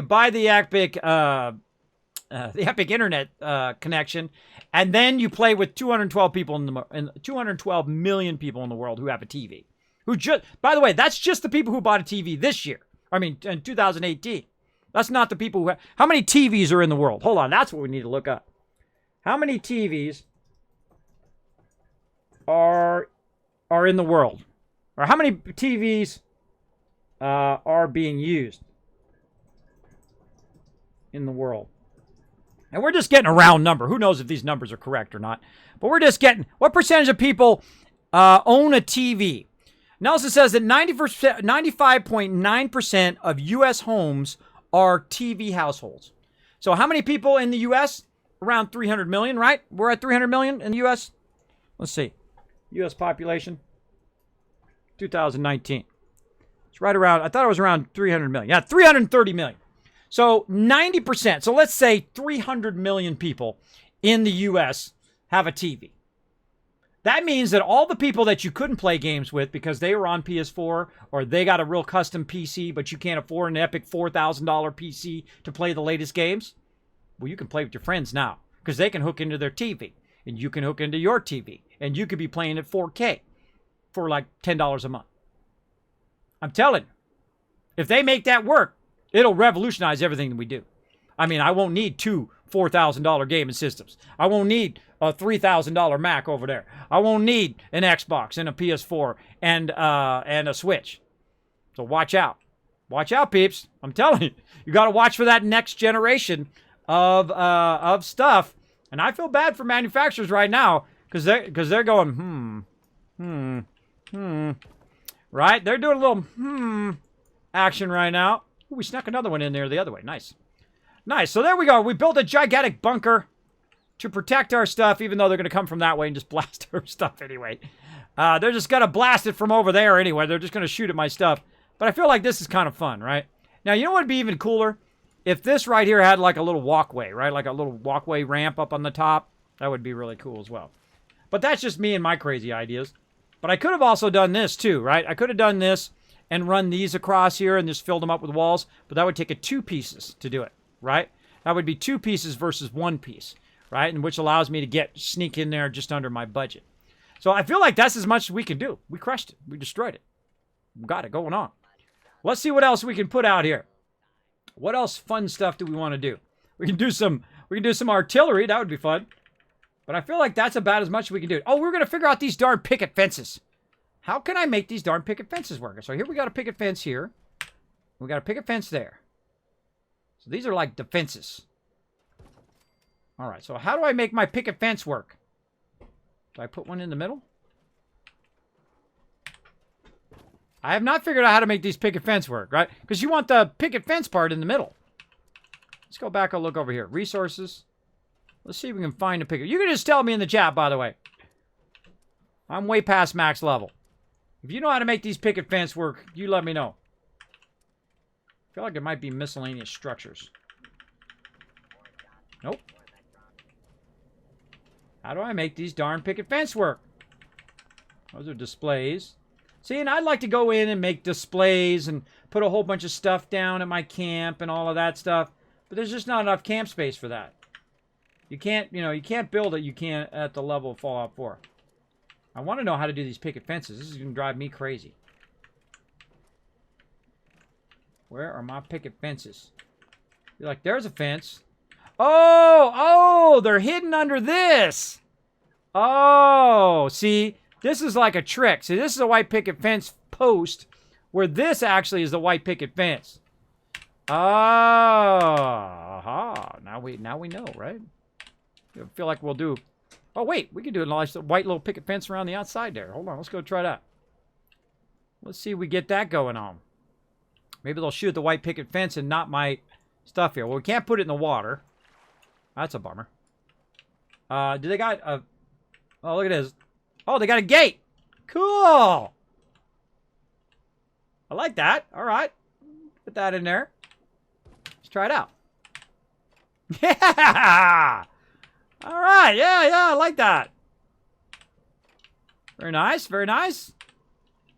I feel like I really want this to be around my water because I don't want them blasting my water the whole time. But because it's on the edge of my base, I can't go around that outside without taking some of this out, and then I'd have to build foundations, and then I'd have to build around the foundation. I'd have to do a whole lot, and I don't have enough budget for that. But that's kind of fun, though. I like the picket fences. All right, let's try something like this. That snap. Why does that not snap in there? Come on now. Come on now. Oh, look at this. This is the one from Fallout 4. Cool. That's where those things went. Hiding in there. It's kind of a bummer these don't snap to each other, though. Why doesn't that snap in there? You'd think that would snap to the side of that. Kind of does. Not bad. I guess that'll slow them down a little bit. Let's go over on this side. I'm just goofing around, by the way. I'm not being any serious with my builds here. We're just trying stuff out. That's one of my favorite things to do, is to try different stuff. So I could really screw with people. I gotta put a picket fence right there. That's messed up, bro. That's messed up. Block them. Block them so they can't get in. Yeah, same thing here. We could put a picket fence right there. If they wanted to go in here. Yeah, there we go. That's kind of fun. Kind of fun. People get in and out of there. What happens if I do it this way? Yeah, it opens inward. Okay. Always opens in the same direction. It's kind of fun to roll up into that, right? You got a little picket fence there. And whatnot. All right. What else can we... See, look at all this... See, all this room that I have? But look at my budget over there, right? My budget is very small now. So we can't do too much. Now, I feel like the last thing we need to do before we run out is let's work on some lighting. What do we want to do for lighting? Now, I wish I had unlocked this. I really love these street lights. One of my favorite things is these street lights. But let's see if we can do some hanging lights. Now, we need to be dark, because this is not going to help us up there. Not going to help us up there. But I'm a big fan of putting them right in the apex of all of that. And if you notice that they're giving off light, the reason why they're giving off light is because of the wireless power up on the top that's generating. So yeah, I guess we could just do a little bit of this. A little ambient light up there. Let's see, what do we got here? Yeah, a little Voltec. Let's put this over here. I know exactly where to put that. It's right over here. A little night light.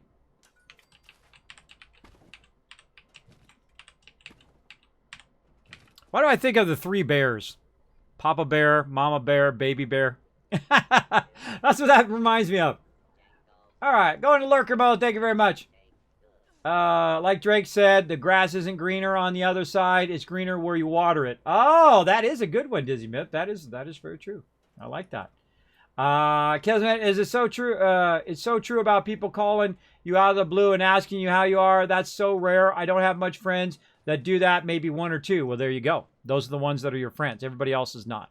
I'm sorry. That's the truth. That's the truth. You know, you got to think that in my lifetime, I'm almost 50 years old, that in my lifetime, I have met hundreds of thousands of people. Hundreds of thousands of people from all over the world. How many of those people call me? Maybe 5? 5 out of all those people. So all the people that you see in high school, all the people you meet in college, all the girlfriends and boyfriends or whoever you meet along your life, and random people that you might meet, 99% of those people you never hear from them again.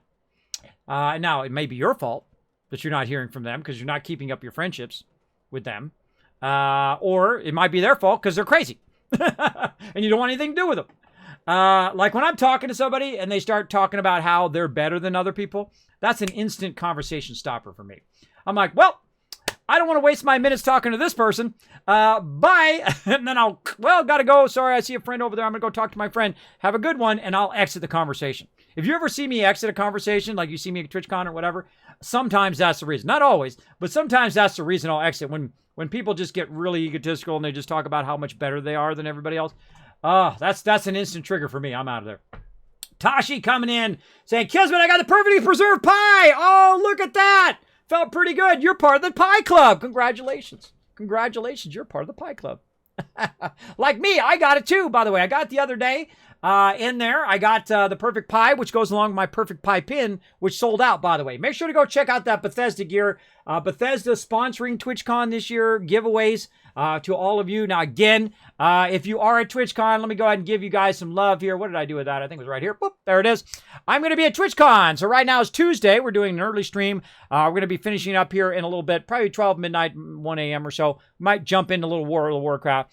And then tomorrow's going to be a day stream, right? Which is very rare. Sometimes I do bonus streams during the day, but I'm switching back over to days so that I'll be somewhat awake at TwitchCon because I'm going to be doing nothing but running from place to place as I always do every TwitchCon. But I'm going to be streaming from 7 a.m. to about 12 noon, about 12 midday. Might go a little later, 1, 2 o'clock. We'll see. I got tons of stuff to do, of course, to prep for traveling to TwitchCon on Thursday. So when I go to TwitchCon, here's what I do. I land at TwitchCon, and then I go whoop, whoop, whoop, whoop, whoop, whoop, whoop, all night long until about 12 midnight. That's what happens. I mean, I literally hit the ground. I'll hit the airport, and that's all I'll do the whole time. Prepping for Friday to Saturday, Sunday to give you guys epic stuff. So I'll be there on Thursday, running around all over the place and partying, of course, at nighttime. And then, of course, on Friday, I'll be wandering the floor, so you'll see me wandering around there, talking to people and talking to peeps. I'll have probably have my Twitch partner shirt on, so you'll see it'll say Kismet on the back, say Twitch partner on the front, my purple shirt, and of course my Hawaiian shorts, my famous Hawaiian shorts. You'll be able to spot me easy. And of course, on Friday, I suggest to go check out Stream Elements, who are sponsor the stream. Appreciate their love, as well as Unreal or Unlimited IRL. Backpack, check them out. So if you want to be an IRL streamer or you already are one, you want to upgrade to something better, go check their stuff out. They got awesome stuff. And of course, also my sponsors, Elgato and Blue, who have sponsored the stream before with my awesome blue screen, my HD60 Pro. And of course, I went out and bought myself a Stream Deck XL, and it is like the most useful thing I've bought for my stream ever. It is incredibly great. And of course, my Blue Yeti right here on my Yeti caster. My precious is so awesome. Just get a Blue Yeti, everybody. Don't even bother with that other stuff. Just get a Blue Yeti. You're good, right? You never have to worry about it. You set it and forget it. You never have to worry about your microphone again. And then, of course, also check out and look for my mods on Saturday. And I'll be tied up all day Saturday doing some events with Twitch. But if you want to find my mods, they'll be walking around with their Bethesda gear bags. Of course, they'll probably have some loot to give you guys. I don't know. We'll see how it works out getting through security, but we'll see how it works out. I do Kismet loot drops every single year. We give out fun stuff. If you find my mods, they'll give you some fun stuff. On Sunday, of course, I'll be streaming live from the show. That's right, you guys. Well, Kismet, wait a minute. I thought you weren't going to stream live from the Intel Streamer Zone. That's right. They denied me. But, hey, I got to be thankful. You know, they let me do it for 2 years in a row. They also featured my channel on the recommended tab. And they also let me be on the homepage 4 times this year. So, hey, I am incredibly grateful to Twitch and also to TwitchCon for all that love they've been giving me for the last few years. Again, be grateful for the things that you have, right? Don't get upset when they say, sorry, you can't do the Streamer Zone, or you can't, do a panel or anything like that. I'm kind of glad I didn't do those panels because I realized that would suck up a really lot of my time because I'd have the mods there. I'd have to be there 30 minutes early. I have to do that, and then it would be like an hour in the thing, 30 minutes early, and then 30 minutes after. So that would be like 2 hours times 2. So that'd be like 4 hours of the show. And probably more than that, probably 5 hours of the show taken up just doing those panels. So I'm glad I'm not doing that. This way I can do a whole bunch of other cool stuff that I got invited to do, like stream live from the show. So what I'm going to be doing is using an IRL backpack back. I'm going to have it actually on Nushki. I'll be walking around as the Wasteland Tycoon, and I'm going to take you guys on a tour, which I think is even cooler than streaming from the Intel Streamer Zone. Because the problem with streaming from the Streamer Zone is that I'm stuck in that booth, right? And I'm at TwitchCon, right? You guys don't want to watch me play a game at TwitchCon. I can play a game anywhere. What you guys want to see is you guys want to see TwitchCon. I'm at TwitchCon. That's what you want to see, right? Put a 1 in the chat if that's what you want to see. I know it is. I know it is. You want to see me wander around TwitchCon, see what's going on, and see if we see any famous streamers walking around, right? That's what you want to see. You want to see what's going on. You want to be part of the action because maybe you couldn't travel there. You didn't have enough money. Maybe you got medical conditions. You got work. You got something that you have to do, right? So I'll be walking around, giving you guys the great tour of TwitchCon. You guys will see my mods. We'll walk around. We'll see Stream Elements. We'll see all the other great, awesome people there, and have a good time. Or infamous streamers. There you go, Ego. Well, those my mods have orders to turn the camera down. If there's any streamers who are going to get me in trouble, whoop, turn the camera down, turn the camera off. It might be just like a cover the lens kind of stream. Because I don't want to get in trouble because of other people's bad actions, right? And some streamers get in trouble. Some streamers get in trouble because of other people's poor choices, which I think sucks, right? I feel like that's totally sucky. But I try not to make bad choices. I try to make good choices, right? We ain't going to be going any places we shouldn't be going. We're not going to be obscene. We're not going to be abusive or mean. We're just going to enjoy the wonder that is TwitchCon. It's my favorite event of the year. It's going to be incredibly fun. So that's going to be on Sunday. And of course, if you are at TwitchCon, hang out by the Stream Element booth, 2:30 Pacific Standard Time. I'm going to give you some loot. That's right, Bethesda gear, and of course, myself, I've sponsored some giveaways there. So I'm going to be giving out Kismet t-shirts. I'll be giving out, of course, Bethesda gear, and all sorts of awesome stuff. So make sure also to show Bethesda gear lots of love. Go click that Bethesda gear down there and go buy yourself. You know you're going to get it anyway. You know you're going to go get the Epic. You know you're going to get a wallet. You're going to go get, you're a hardcore Fallout fan like me. You know you're going to get the bobbleheads. And of course, they got a really cool pin coming out too. What was the name of that pin? They also got another killer backpack coming out too. Also, those Wasteland Overseer bags are awesome too. And I appreciate them sending me that to use at TwitchCon. Appreciate it greatly. All right, so we got all that going up in there. I want to put this light in. Already did. There we go. Let's get back to the game. We're trying to figure out what we want to do with lighting here. Let's see. That's kind of a cool one. Well, oversized next tube. What else we got? Nothing too sexy there. Nothing too sexy. What do we got? Oh, I kind of like those. Friends welcome. No. That's too much. That's going to take too much of our camp. I like those. I like these little arrows. Sadly, don't have those unlocked. All right, what else we got? This. Yeah, I hated that even in Fallout 4. I hate those. That's all we got there. Man, I wish I had these. These are my favorite ones in the entire game. The reason why is it gives off lots of light, and it really illuminates the area. What the heck? There's all. I was like, where the heck are all of our lighting choices? Here they are. They're in the first one. Oh yeah, look at that. Ooh, I kind of like that better. Oh yeah, that's what we're talking about. That's what we're talking about up in here. There we go. Get a little bit more fancy. Store that. What else we got?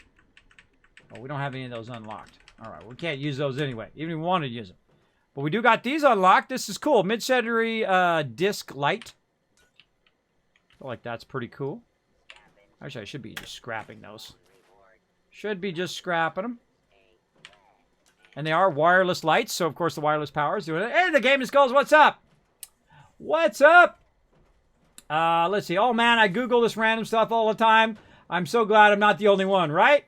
Place and drag. How do you get them to work? How did I get the what to work? Tell me what you're talking about. It's now Daddy Shark, Mama Shark, Baby Shark. Get with the times. All right. Congrats, then. The salty people's in the same way when people do that, Kismet. That's right. 7 a.m. stream. Good luck on falling asleep, Night Owl. No, that's why I did that today. See, actually, I have a massive headache earlier because last night I went to sleep at like midnight. which is very early for me because normally I go to sleep at like 6 to 10 o'clock in the morning. So that's really early for me. So whenever I switch over like that, it always gives me a headache when I switch from days to nights or nights to days. So I've been up all day. I've been up since like 7 o'clock this morning. So I did lay down a little bit for like an hour or two in the afternoon because I was packing and I got, I ran out of energy. And I slept for like a couple hours this afternoon because I have to do that with sleep apnea. And the older you get, the more naps you need. Like, you know, when you're young and you have to take naps in school, when you get older, you need the same thing just to keep going. So that's what I did. And then, of course, I've been up since about, I don't know, about 3 o'clock in the afternoon after that. So I went to sleep around 2 to 3. Then I've been up all this time. And then, you know, starting to get a little tired right now. And then I'll sleep until the morning time. Then we'll stream from 7 to, you know, midnight to midday. Hopefully not midnight. And then, you know, in the afternoon, then I'll get ready for TwitchCon, finalize whatever I need to do to walk out the door on Thursday. And then we'll be at TwitchCon. I know, it's going to be amazing. TwitchCon goes fast, man, because you're always running and doing a whole bunch of stuff, and you're always trying to get things done. It goes by very, very fast, so enjoy it while you're there, if you're there. And again, come by. We're going to give you some epic loot. I'm the same people will do that. 7 a.m. stream. Good luck falling asleep. Infamous. There we go. Kismet, when you get a chance, hold on. Kismet, when you get a chance, move your armor station. You are too close to the chem station, and it won't let you use it. That's what Kidney Killer, he was doing all caps. He was yelling. What are you talking about? Too close to the chem station?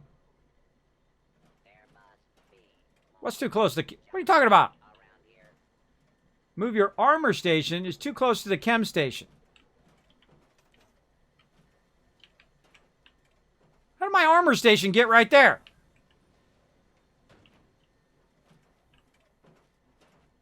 Who's been moving my stuff around? Why would that be there? Always put it in a line. Hold on. Let's just move this over here. I feel like somebody moved that around, or maybe I moved it and forgot to put it back. I seem to remember it was right here. Oh, I hate that delay. You gotta wait a second before you move it. There we go. All right, fixed. There you go. He's getting triggered. All right, let's put some more stuff in here before we run out of camp space. See, this really sucks here, man. This should not count. Look at that. I've exceeded my workshop budget. So I can't even put my stuff in there. All right, I'm being too ambitious. What's a way we could reduce our ambition here? So I can get my stuff in there. We can remove the beds. Got a little kiddie ride here.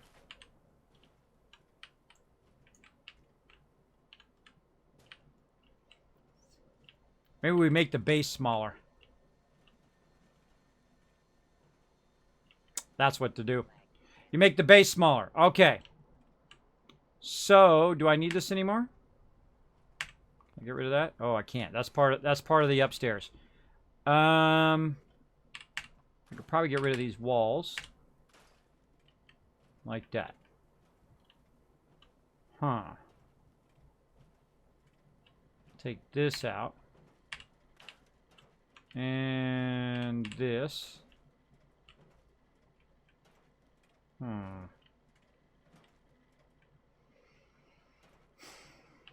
Darn it. Yeah, we gotta reduce. Reduce, reduce, reduce. Okay, what else can we do? Let's take this. Very awkwardly grab that. Alright, hold on. There we go. Let's move this. Right there.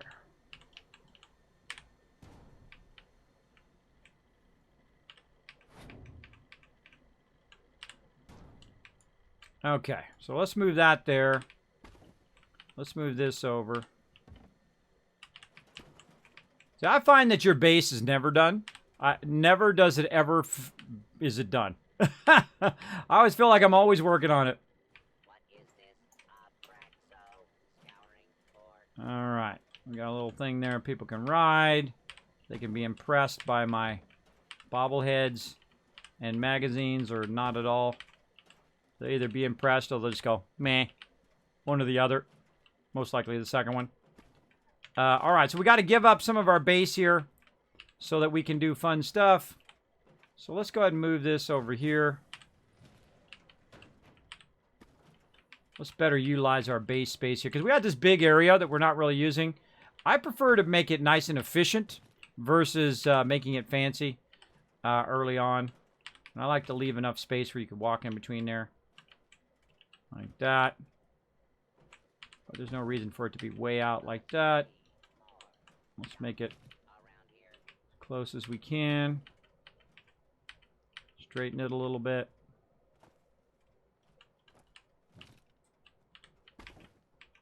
Oh, this should be over. Then we could cut it right there.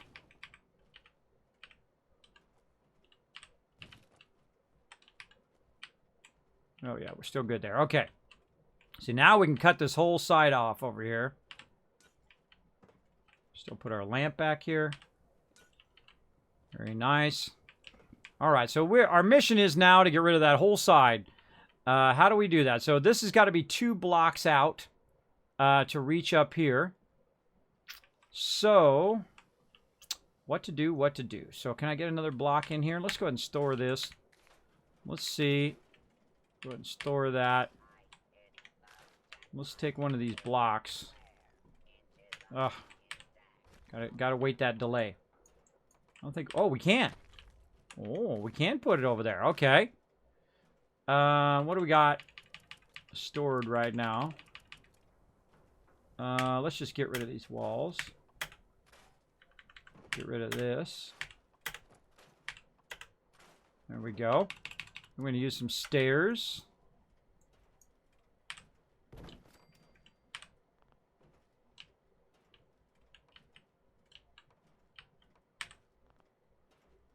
Oh, budget exceeded. Okay. Well, then let's... Oh, I didn't want to do that. I didn't want to store it. I wanted to scrap it. All right, let's go ahead and scrap that one. And that should allow us to put another stair in. Like this. Huh.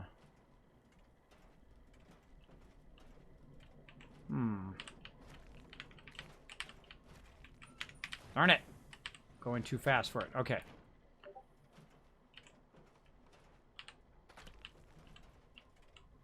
Better idea. I love figuring this stuff out. I can do this for just a bazillion hours. Anybody else like that? Put that one in the chat. If you could just do building endlessly, forever. I mean, just for 1,000 hours. Oh, I got a cool idea, too. I got a cool idea for that. All right. All right, let's get rid of... Let's get rid of this. Let's see if we can get rid of this now. Oh, yeah. See, now that's supporting it over there. We no longer need it over here. Oh, that's even better. Ooh, yeah, we can reduce all of this. All right. I'm going to store that. Oh, can't get rid of that. Get rid of this.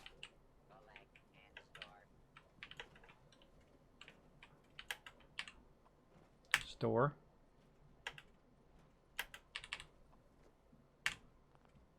Won't let me store it. Scrap that.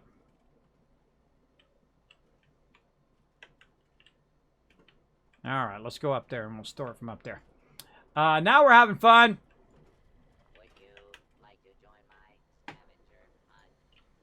All of the turrets are the biggest offender for budget stealing. That's true. That is true. But they have increased the limit for doing turrets. So it is pretty sweet. I personally think they should give you a massive budget for building. But then again, some people would abuse it. And then, of course, the whole entire game would crash. That's how it goes. All right. We'll put this up here temporarily. We'll try to jump without falling. There we go. Hey, Sprigo, what's up? Hello. I love the emote system. I feel like the emote we've got. I would have an unlimited budget. Well, that's going to cause server instability. That's why they have a budget in the first place. Oh, I just scrapped it instead of stored it. All right. That we're just going to store. Okay, there we go. Okay, we got rid of that. Now we're going to have some fun. Okay. Let's go ahead. Did I scrap those stairs or still got them? I still got them. Okay. Now we're going to do... Alright, well, whatever. Okay, we'll do it from that side. Alright, we're going to go up here. And first we're going to see if we can do this. Probably can't, but we'll try. Oh my gosh, we can. Awesome! Alright, see, now the door opens from the side. Now what we need is we need some connectors. We need a connector. Where is our connector? There we go. And we need a thing to stick on the side of there. Please go on the side of there. Alright, and then we're going to remove this. Crap. And can we put that to this? No. Oh, man. Oh, you got to have some dreams, everybody. You got to have some dreams. Alright, let's try putting one of these out here. Say right there. And then we'll run it from here. Oh, this is even better than before. Run from here to here. And then from there, down to the switch. Oh, not quite, not quite. Come on, you little sucker. Nope. Move it up a little bit.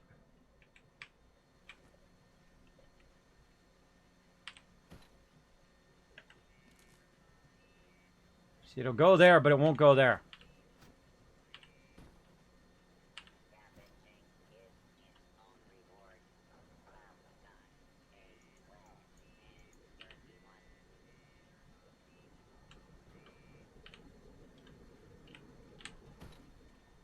I love experimenting. Okay. You're going to be like that, are you? You're going to be like that, are you? I guess I could put another one in that was sideways. So if that one works sideways, let's store this one again. Then we'll do a sideways one that's basically right next to this one. And get it working. Well, let's go back up here. See if we fall to our death. Is he crouched? No. Jump up there. There we go. Alright, so we want to get one to go right here. And I feel like it's not going to give me that love. I feel like it's not going to do a sideways one.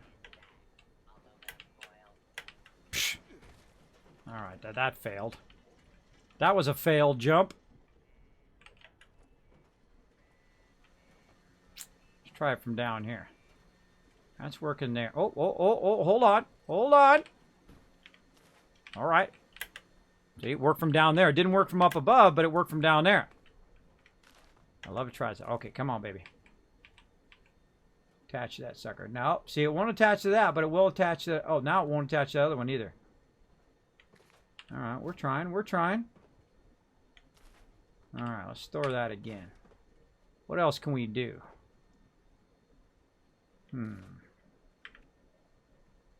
Let's try something like this. Feel like that's a better idea. We'll go up to this. Then down to the switch. Come on. Why is it not? Oh, because I got stuff in the thing. I'm out of space. All right, scrap. Scrap. There we go. Aha! Move that down. Run that up. Okay, that's cool. That is cool. All right. Come on, that's pretty cool, bro. That's pretty cool. Getting up here is kind of awkward, but that is pretty cool. All right, I like it. Now I can take this doorway out over here, which is going to reduce these pieces. Whee! Going to reduce these pieces over here. So we're going to scrap that. We're going to store this. Then we're going to put our door back in, but we're going to make it into a wall. And now the door is on the other side over there. Then we're now going to take all the rest of this out. Man, I love figuring this stuff out. I like your other base as the Gaming Skulls. Yeah, it wasn't bad. It wasn't bad. I did kind of like it. But, you know, we got to progress forward and stuff. All right, there we go. Now, see, I don't like it floating, though, because I want to put a wall there. So we'll get into that. But for right now, we'll go ahead and take a look at that first. See, I'd like to put something in the middle. What have we got in the middle for walls?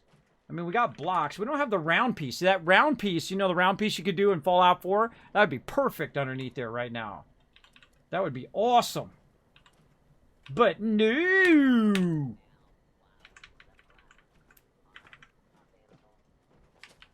See, I don't even need it to actually hold it up. I just wanted to make it look like it's holding it up. Right? See, sometimes that's what I did in Fallout 4, is I just made it look like it was holding it up. It wasn't holding it up at all. It was just floating in the air. But it did look like it was. Oh, man. Why do we have more pieces? We need more pieces so we can do cool stuff. Oh, look at that cool door. Oh, that's a cool one. I want one of those. I'll get around to it. Or actually, do I have one of those? No, I don't have it yet. No supports. Bunch of walls. Floors. What's over there on the kidney killers over there? I was like, who's on that thing? Why do I hear that noise? Kidney killer over there goofing out. Don't you have anything better to kidney killer than to sit around and play on my toys here at my base? Apparently not. He's waiting for me to nuke something. That's too funny, man. Don't you have anything to do to play on my little thing over there? Too funny. Oh, I got it muted. Hold on. I got it muted. Sorry, I had you muted. What'd you say? I said this character needs to launch a nuke. Ah, see, I called it. I just said that in the stream, too. I was like, I bet he's waiting around for me to do a nuke. I told you I was, screwing around my camp for a couple days. I know. Just fooling around. I got this one up to 50 now, so I'm ready to go. All right, well, you want to launch a nuke, we'll get to it right after this. I'm just trying to figure out how to make this look legit here. I don't have that much storage space left. All right, let's go with walls. I got a couple things to do for this, so. Oh, I'm going to be a minute or so.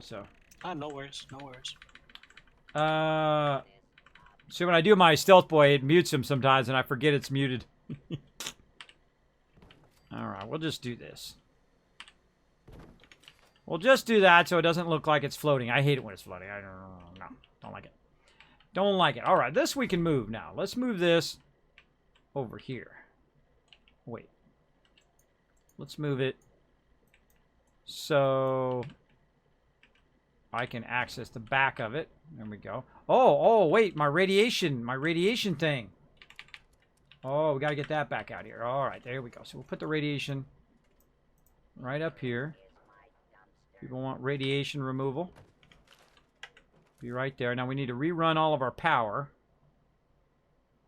over here. Tie that into there. Just so far up there. We'll tie this down into there. That'll get all that going. Then to have this lit up, we're going to need one of those little thingamajiggers. We want to get rid of this. And we need our connectors. We'll just stick one right there. Boom. All lit up now. And we've got our lighting there, which is pretty cool. It was better without the lighting. Might be better without the lighting. Let's just scrap that lighting for now. We've got that cool overhanging light up there. We need a crafting light. We need a crafting lights here. We need something to go on the wall.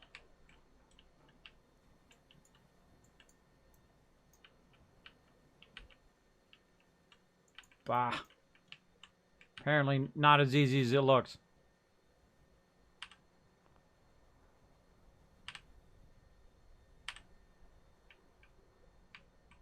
Item is floating is right. Oh! Oh, we got one in there.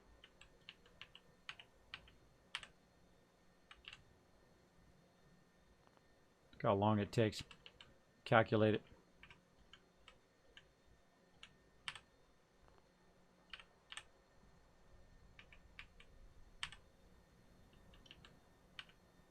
Fallout 4 would have done this way better. I'm just saying. Just throwing it out there in the universe. Probably has to be just on one thing. Oh. Got to work over there.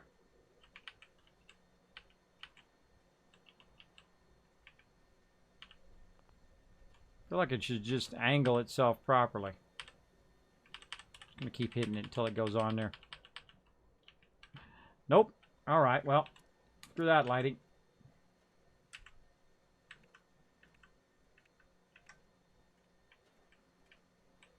Where's those side lights? They got the side lights?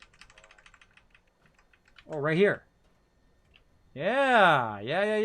Okay, like this. Yeah, now we're talking. Right above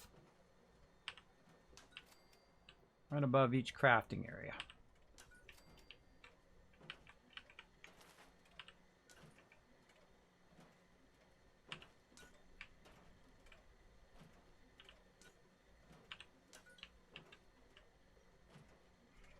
All right, now we need something to illuminate all of these, though.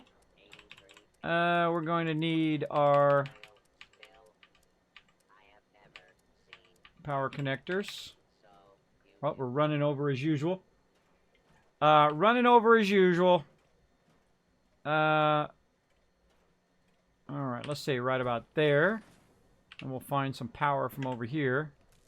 We'll run that up over there. And boom!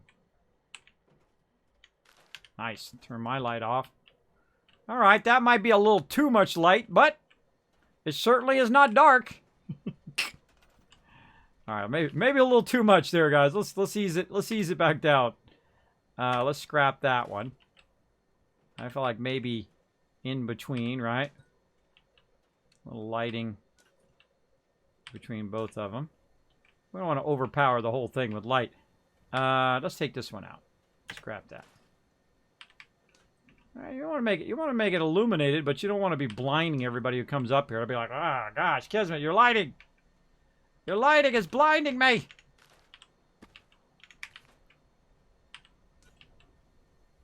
Remember they had different color lights in Fallout 4 too, where you could do different colored stuff. There we go. You'll be able to see that from far away. There we go.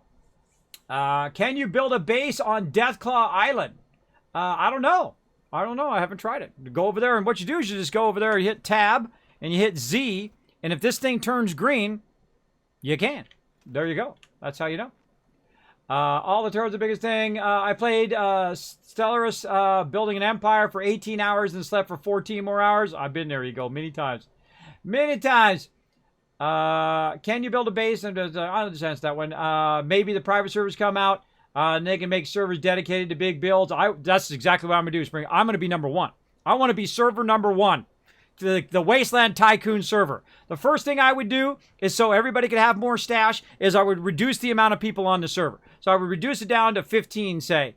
And then everybody would have double storage. That would be the first thing I would do. Then if you could increase the build limit, I would boost the build limit. Because now you got only 15 people as opposed to 20 people building on the server. Boost it as high as it could go.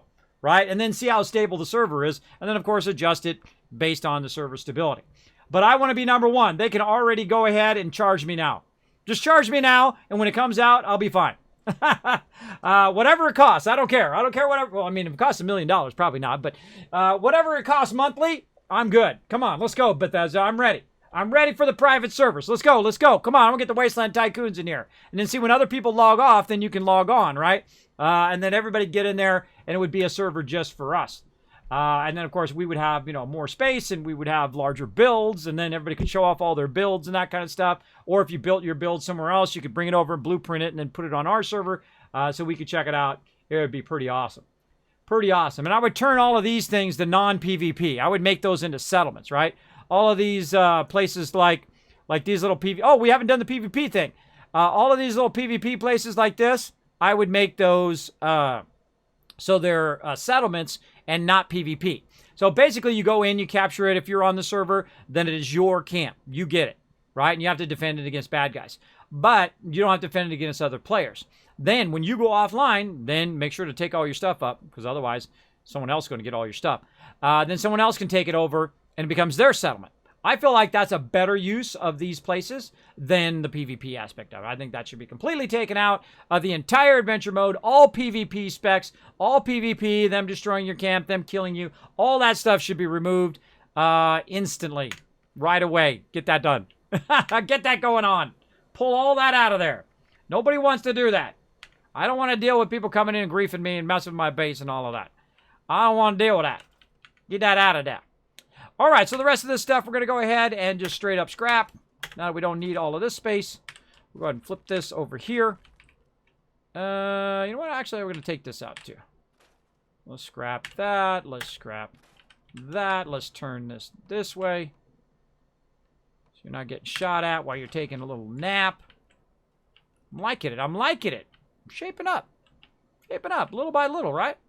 Little by little. I feel like this should be turned the other way now. I feel like you come around this side, and that's where you get that done. Now, I did all of that and rearranged my entire base just so I could put my bobbleheads in here.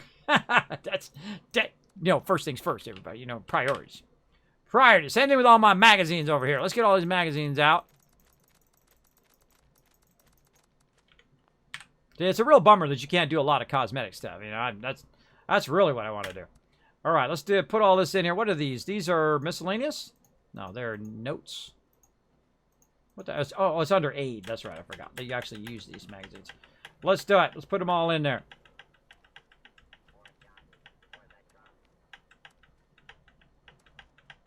I don't even use these magazines. I don't use magazines. I don't use food. I don't use buffs or any of that stuff.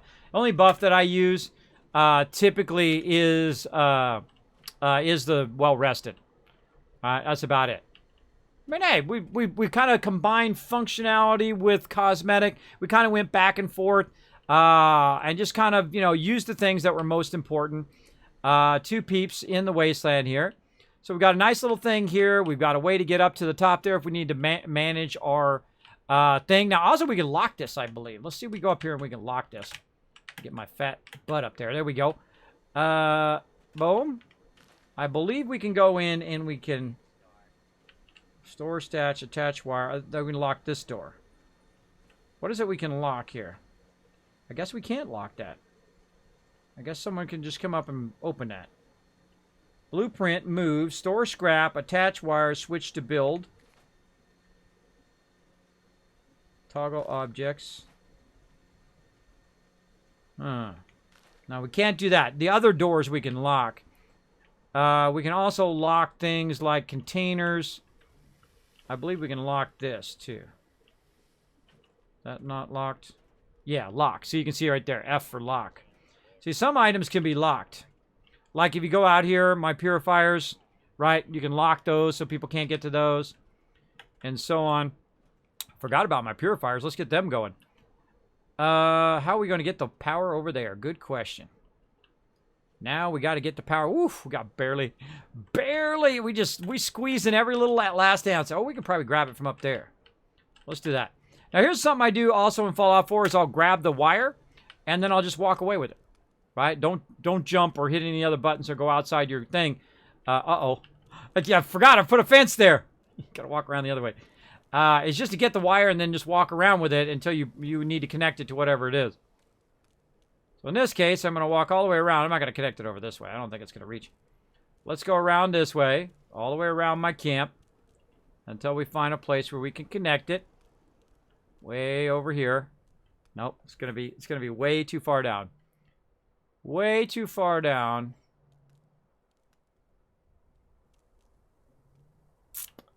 Huh. So we're going to have to put another one on the other side. Okay, we got this. We got this. Now, I added a cool picket fence here. I just love that kind of simple stuff like that. I don't know, it brings me much joy. Look at all our garden going in here. Very nice. A little garden going on. And again, same thing here in your garden. By the way, you can come over here and you can go over there. And you can, put this inside here.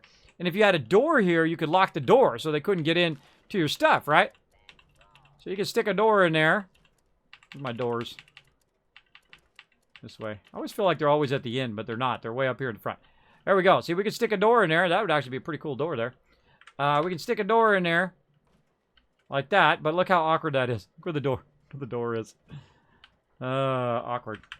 Awkward. But no, they couldn't crawl under, so you could still lock it. But I don't know why the door's up so high like that. That's kind of weird. It's because there's a cement base on the other one, so this one thinks that it should be up real high like that because they didn't fix the door. I find all the bugs. I'm like the bug finder, man. Bug finder, 9.0. That's me. I find all of the issues. But you get the general idea. You can stick a door there and then lock the door, and then they couldn't get in there. But I like to leave it open. That's me. All right, so now we have to figure out how we're going to get this to run to the other side. So I feel like maybe we should bounce it from here. That's going to be the easiest way. Let's do that. Yeah, we're gonna do a bounce from there. Uh-oh. Oh, see, I'm not taking any damage. See how my food and water's really low, but I'm not taking any damage. Right now I have my perk on, I believe. Yeah, happy camper right now. So my hunger and thirst goes a lot less. So when I'm working on my camp, I'm not dying of thirst. But, I probably got some in here I could just use. No, I don't. Well, that's okay, because I got lead belly. And lead belly's the best. So even if I'm not in my camp, I can walk right over here and just drink some water. No. You got to drink the water at the bottom. The water at the top's not so good, but the one at the bottom, that's the best water. Notice I'm not getting radiated because of that lead belly. Though I can still get diseases like that. So watch out. Watch out for those parasites. Now, of course, hopefully you've got some stuff, which I think I put it away in my stash. Hopefully you've got some stuff in there that you can go ahead and utilize. Disease cure. I only need one. Only need the one. Bam. Utilize that disease cure and you're good. Okay, so we got all that done. We're trying to run the power. We've got to get the power up and over the thing. I feel like maybe we can just put another one of these up here. That works for me. And run the power back up to there. And one more wire ought to do it. And then we're going to be making the dollar bills. I've got to go around the other side.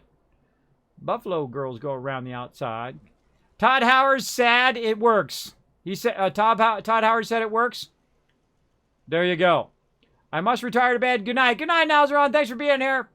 You can't. I tried. You can't what? See, sometimes I forget what I'm talking about, so, it's good to fill in whatever I was talking about when you're responding to me.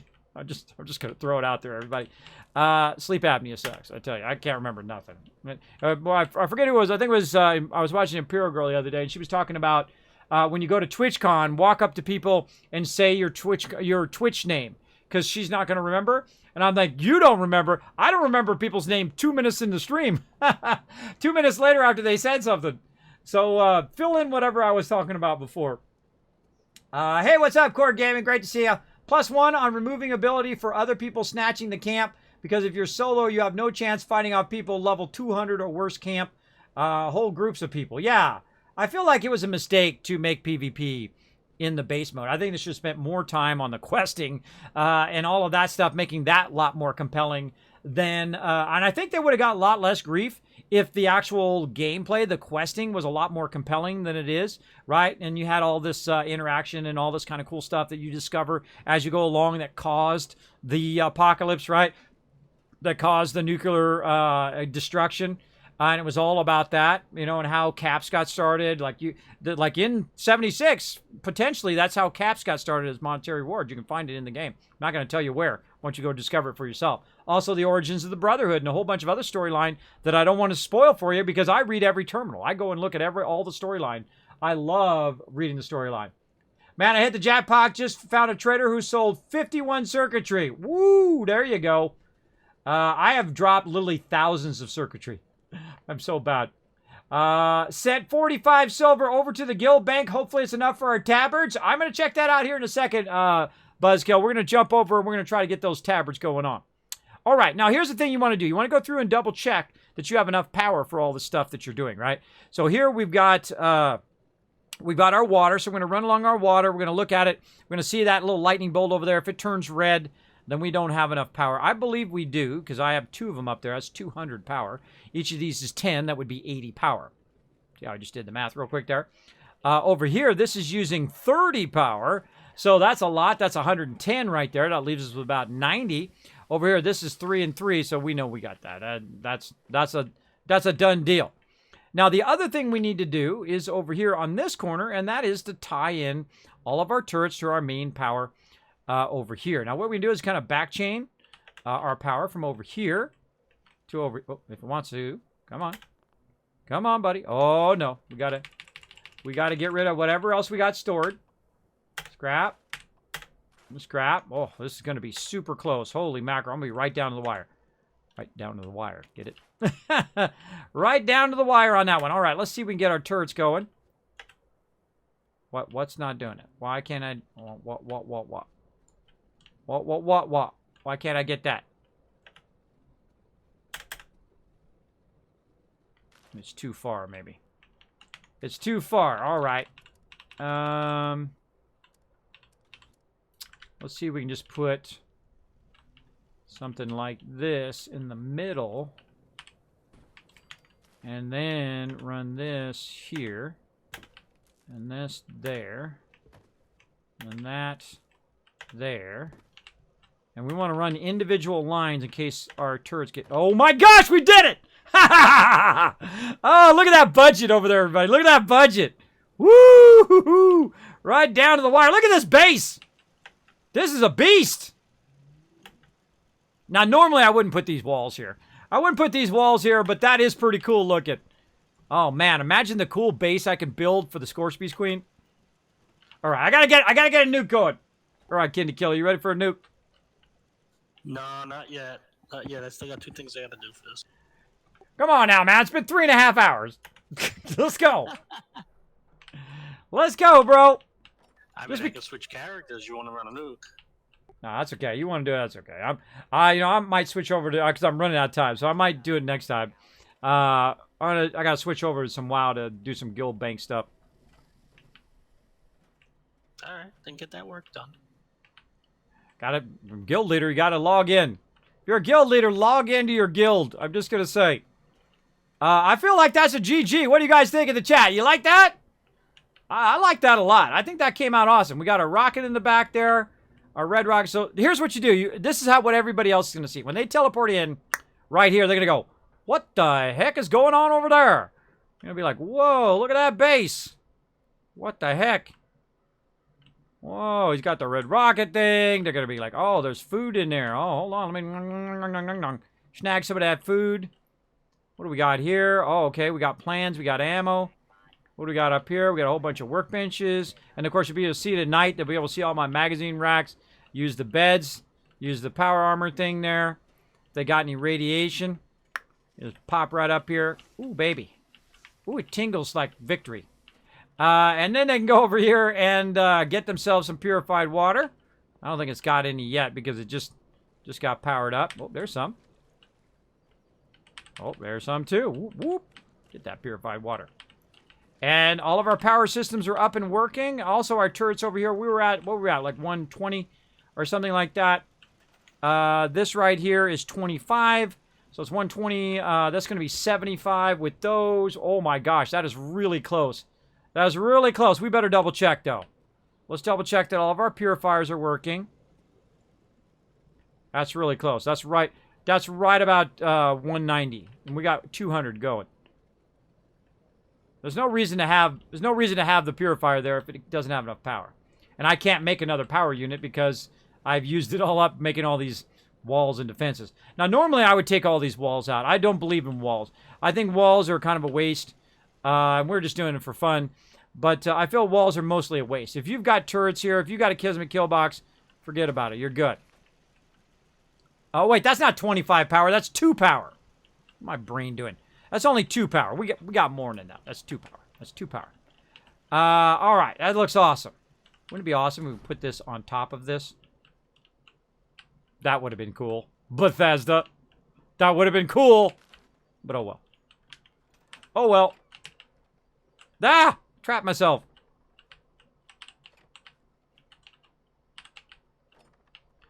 Hey, I just asked for too much. What can I say? I just asked for too much. All right. I feel like that's a pretty decent camp. Very functional, useful for everybody. Nobody needs to go up there. That's just for where my power is. But they can go up there. See, some people are going to be inquisitive. They're going to be like, what the heck is up here? Like, oh, there's a switch here. Be like, oh, okay, there's power in there. Okay, now I get it. Hopefully they close the door when they're done. Because, you know, you don't want your power to be exposed to be shot at. We got our bot working there. I think the only thing I need beyond this would be a fridge. If I had a fridge here, I'd be styling. Oh, look at all this loots. Thanks for all the loots, bro. All right, I feel like that's pretty sexy. I feel like we're going to go with that. All right. Put my guy, you know, sleep in the big bed today. You're going to be a big boy. You're going to sleep in the Papa Bear bed. Sleep in the Papa Bear. All right, let's get over to my overseer's office. Let's go.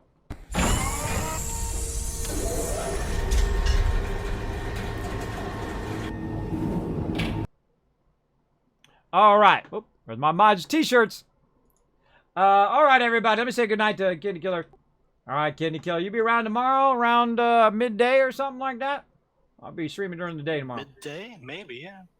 I'll be streaming during the day from 7 a.m. to about 12 noon, 1 o'clock in the afternoon, right around there.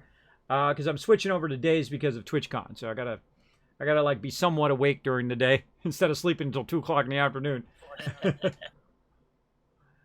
All right, so if you're around tomorrow, let me know. We'll run and fire off a nuke, and I'll be doing mostly WoW, but if you want to fire off a nuke, let me know.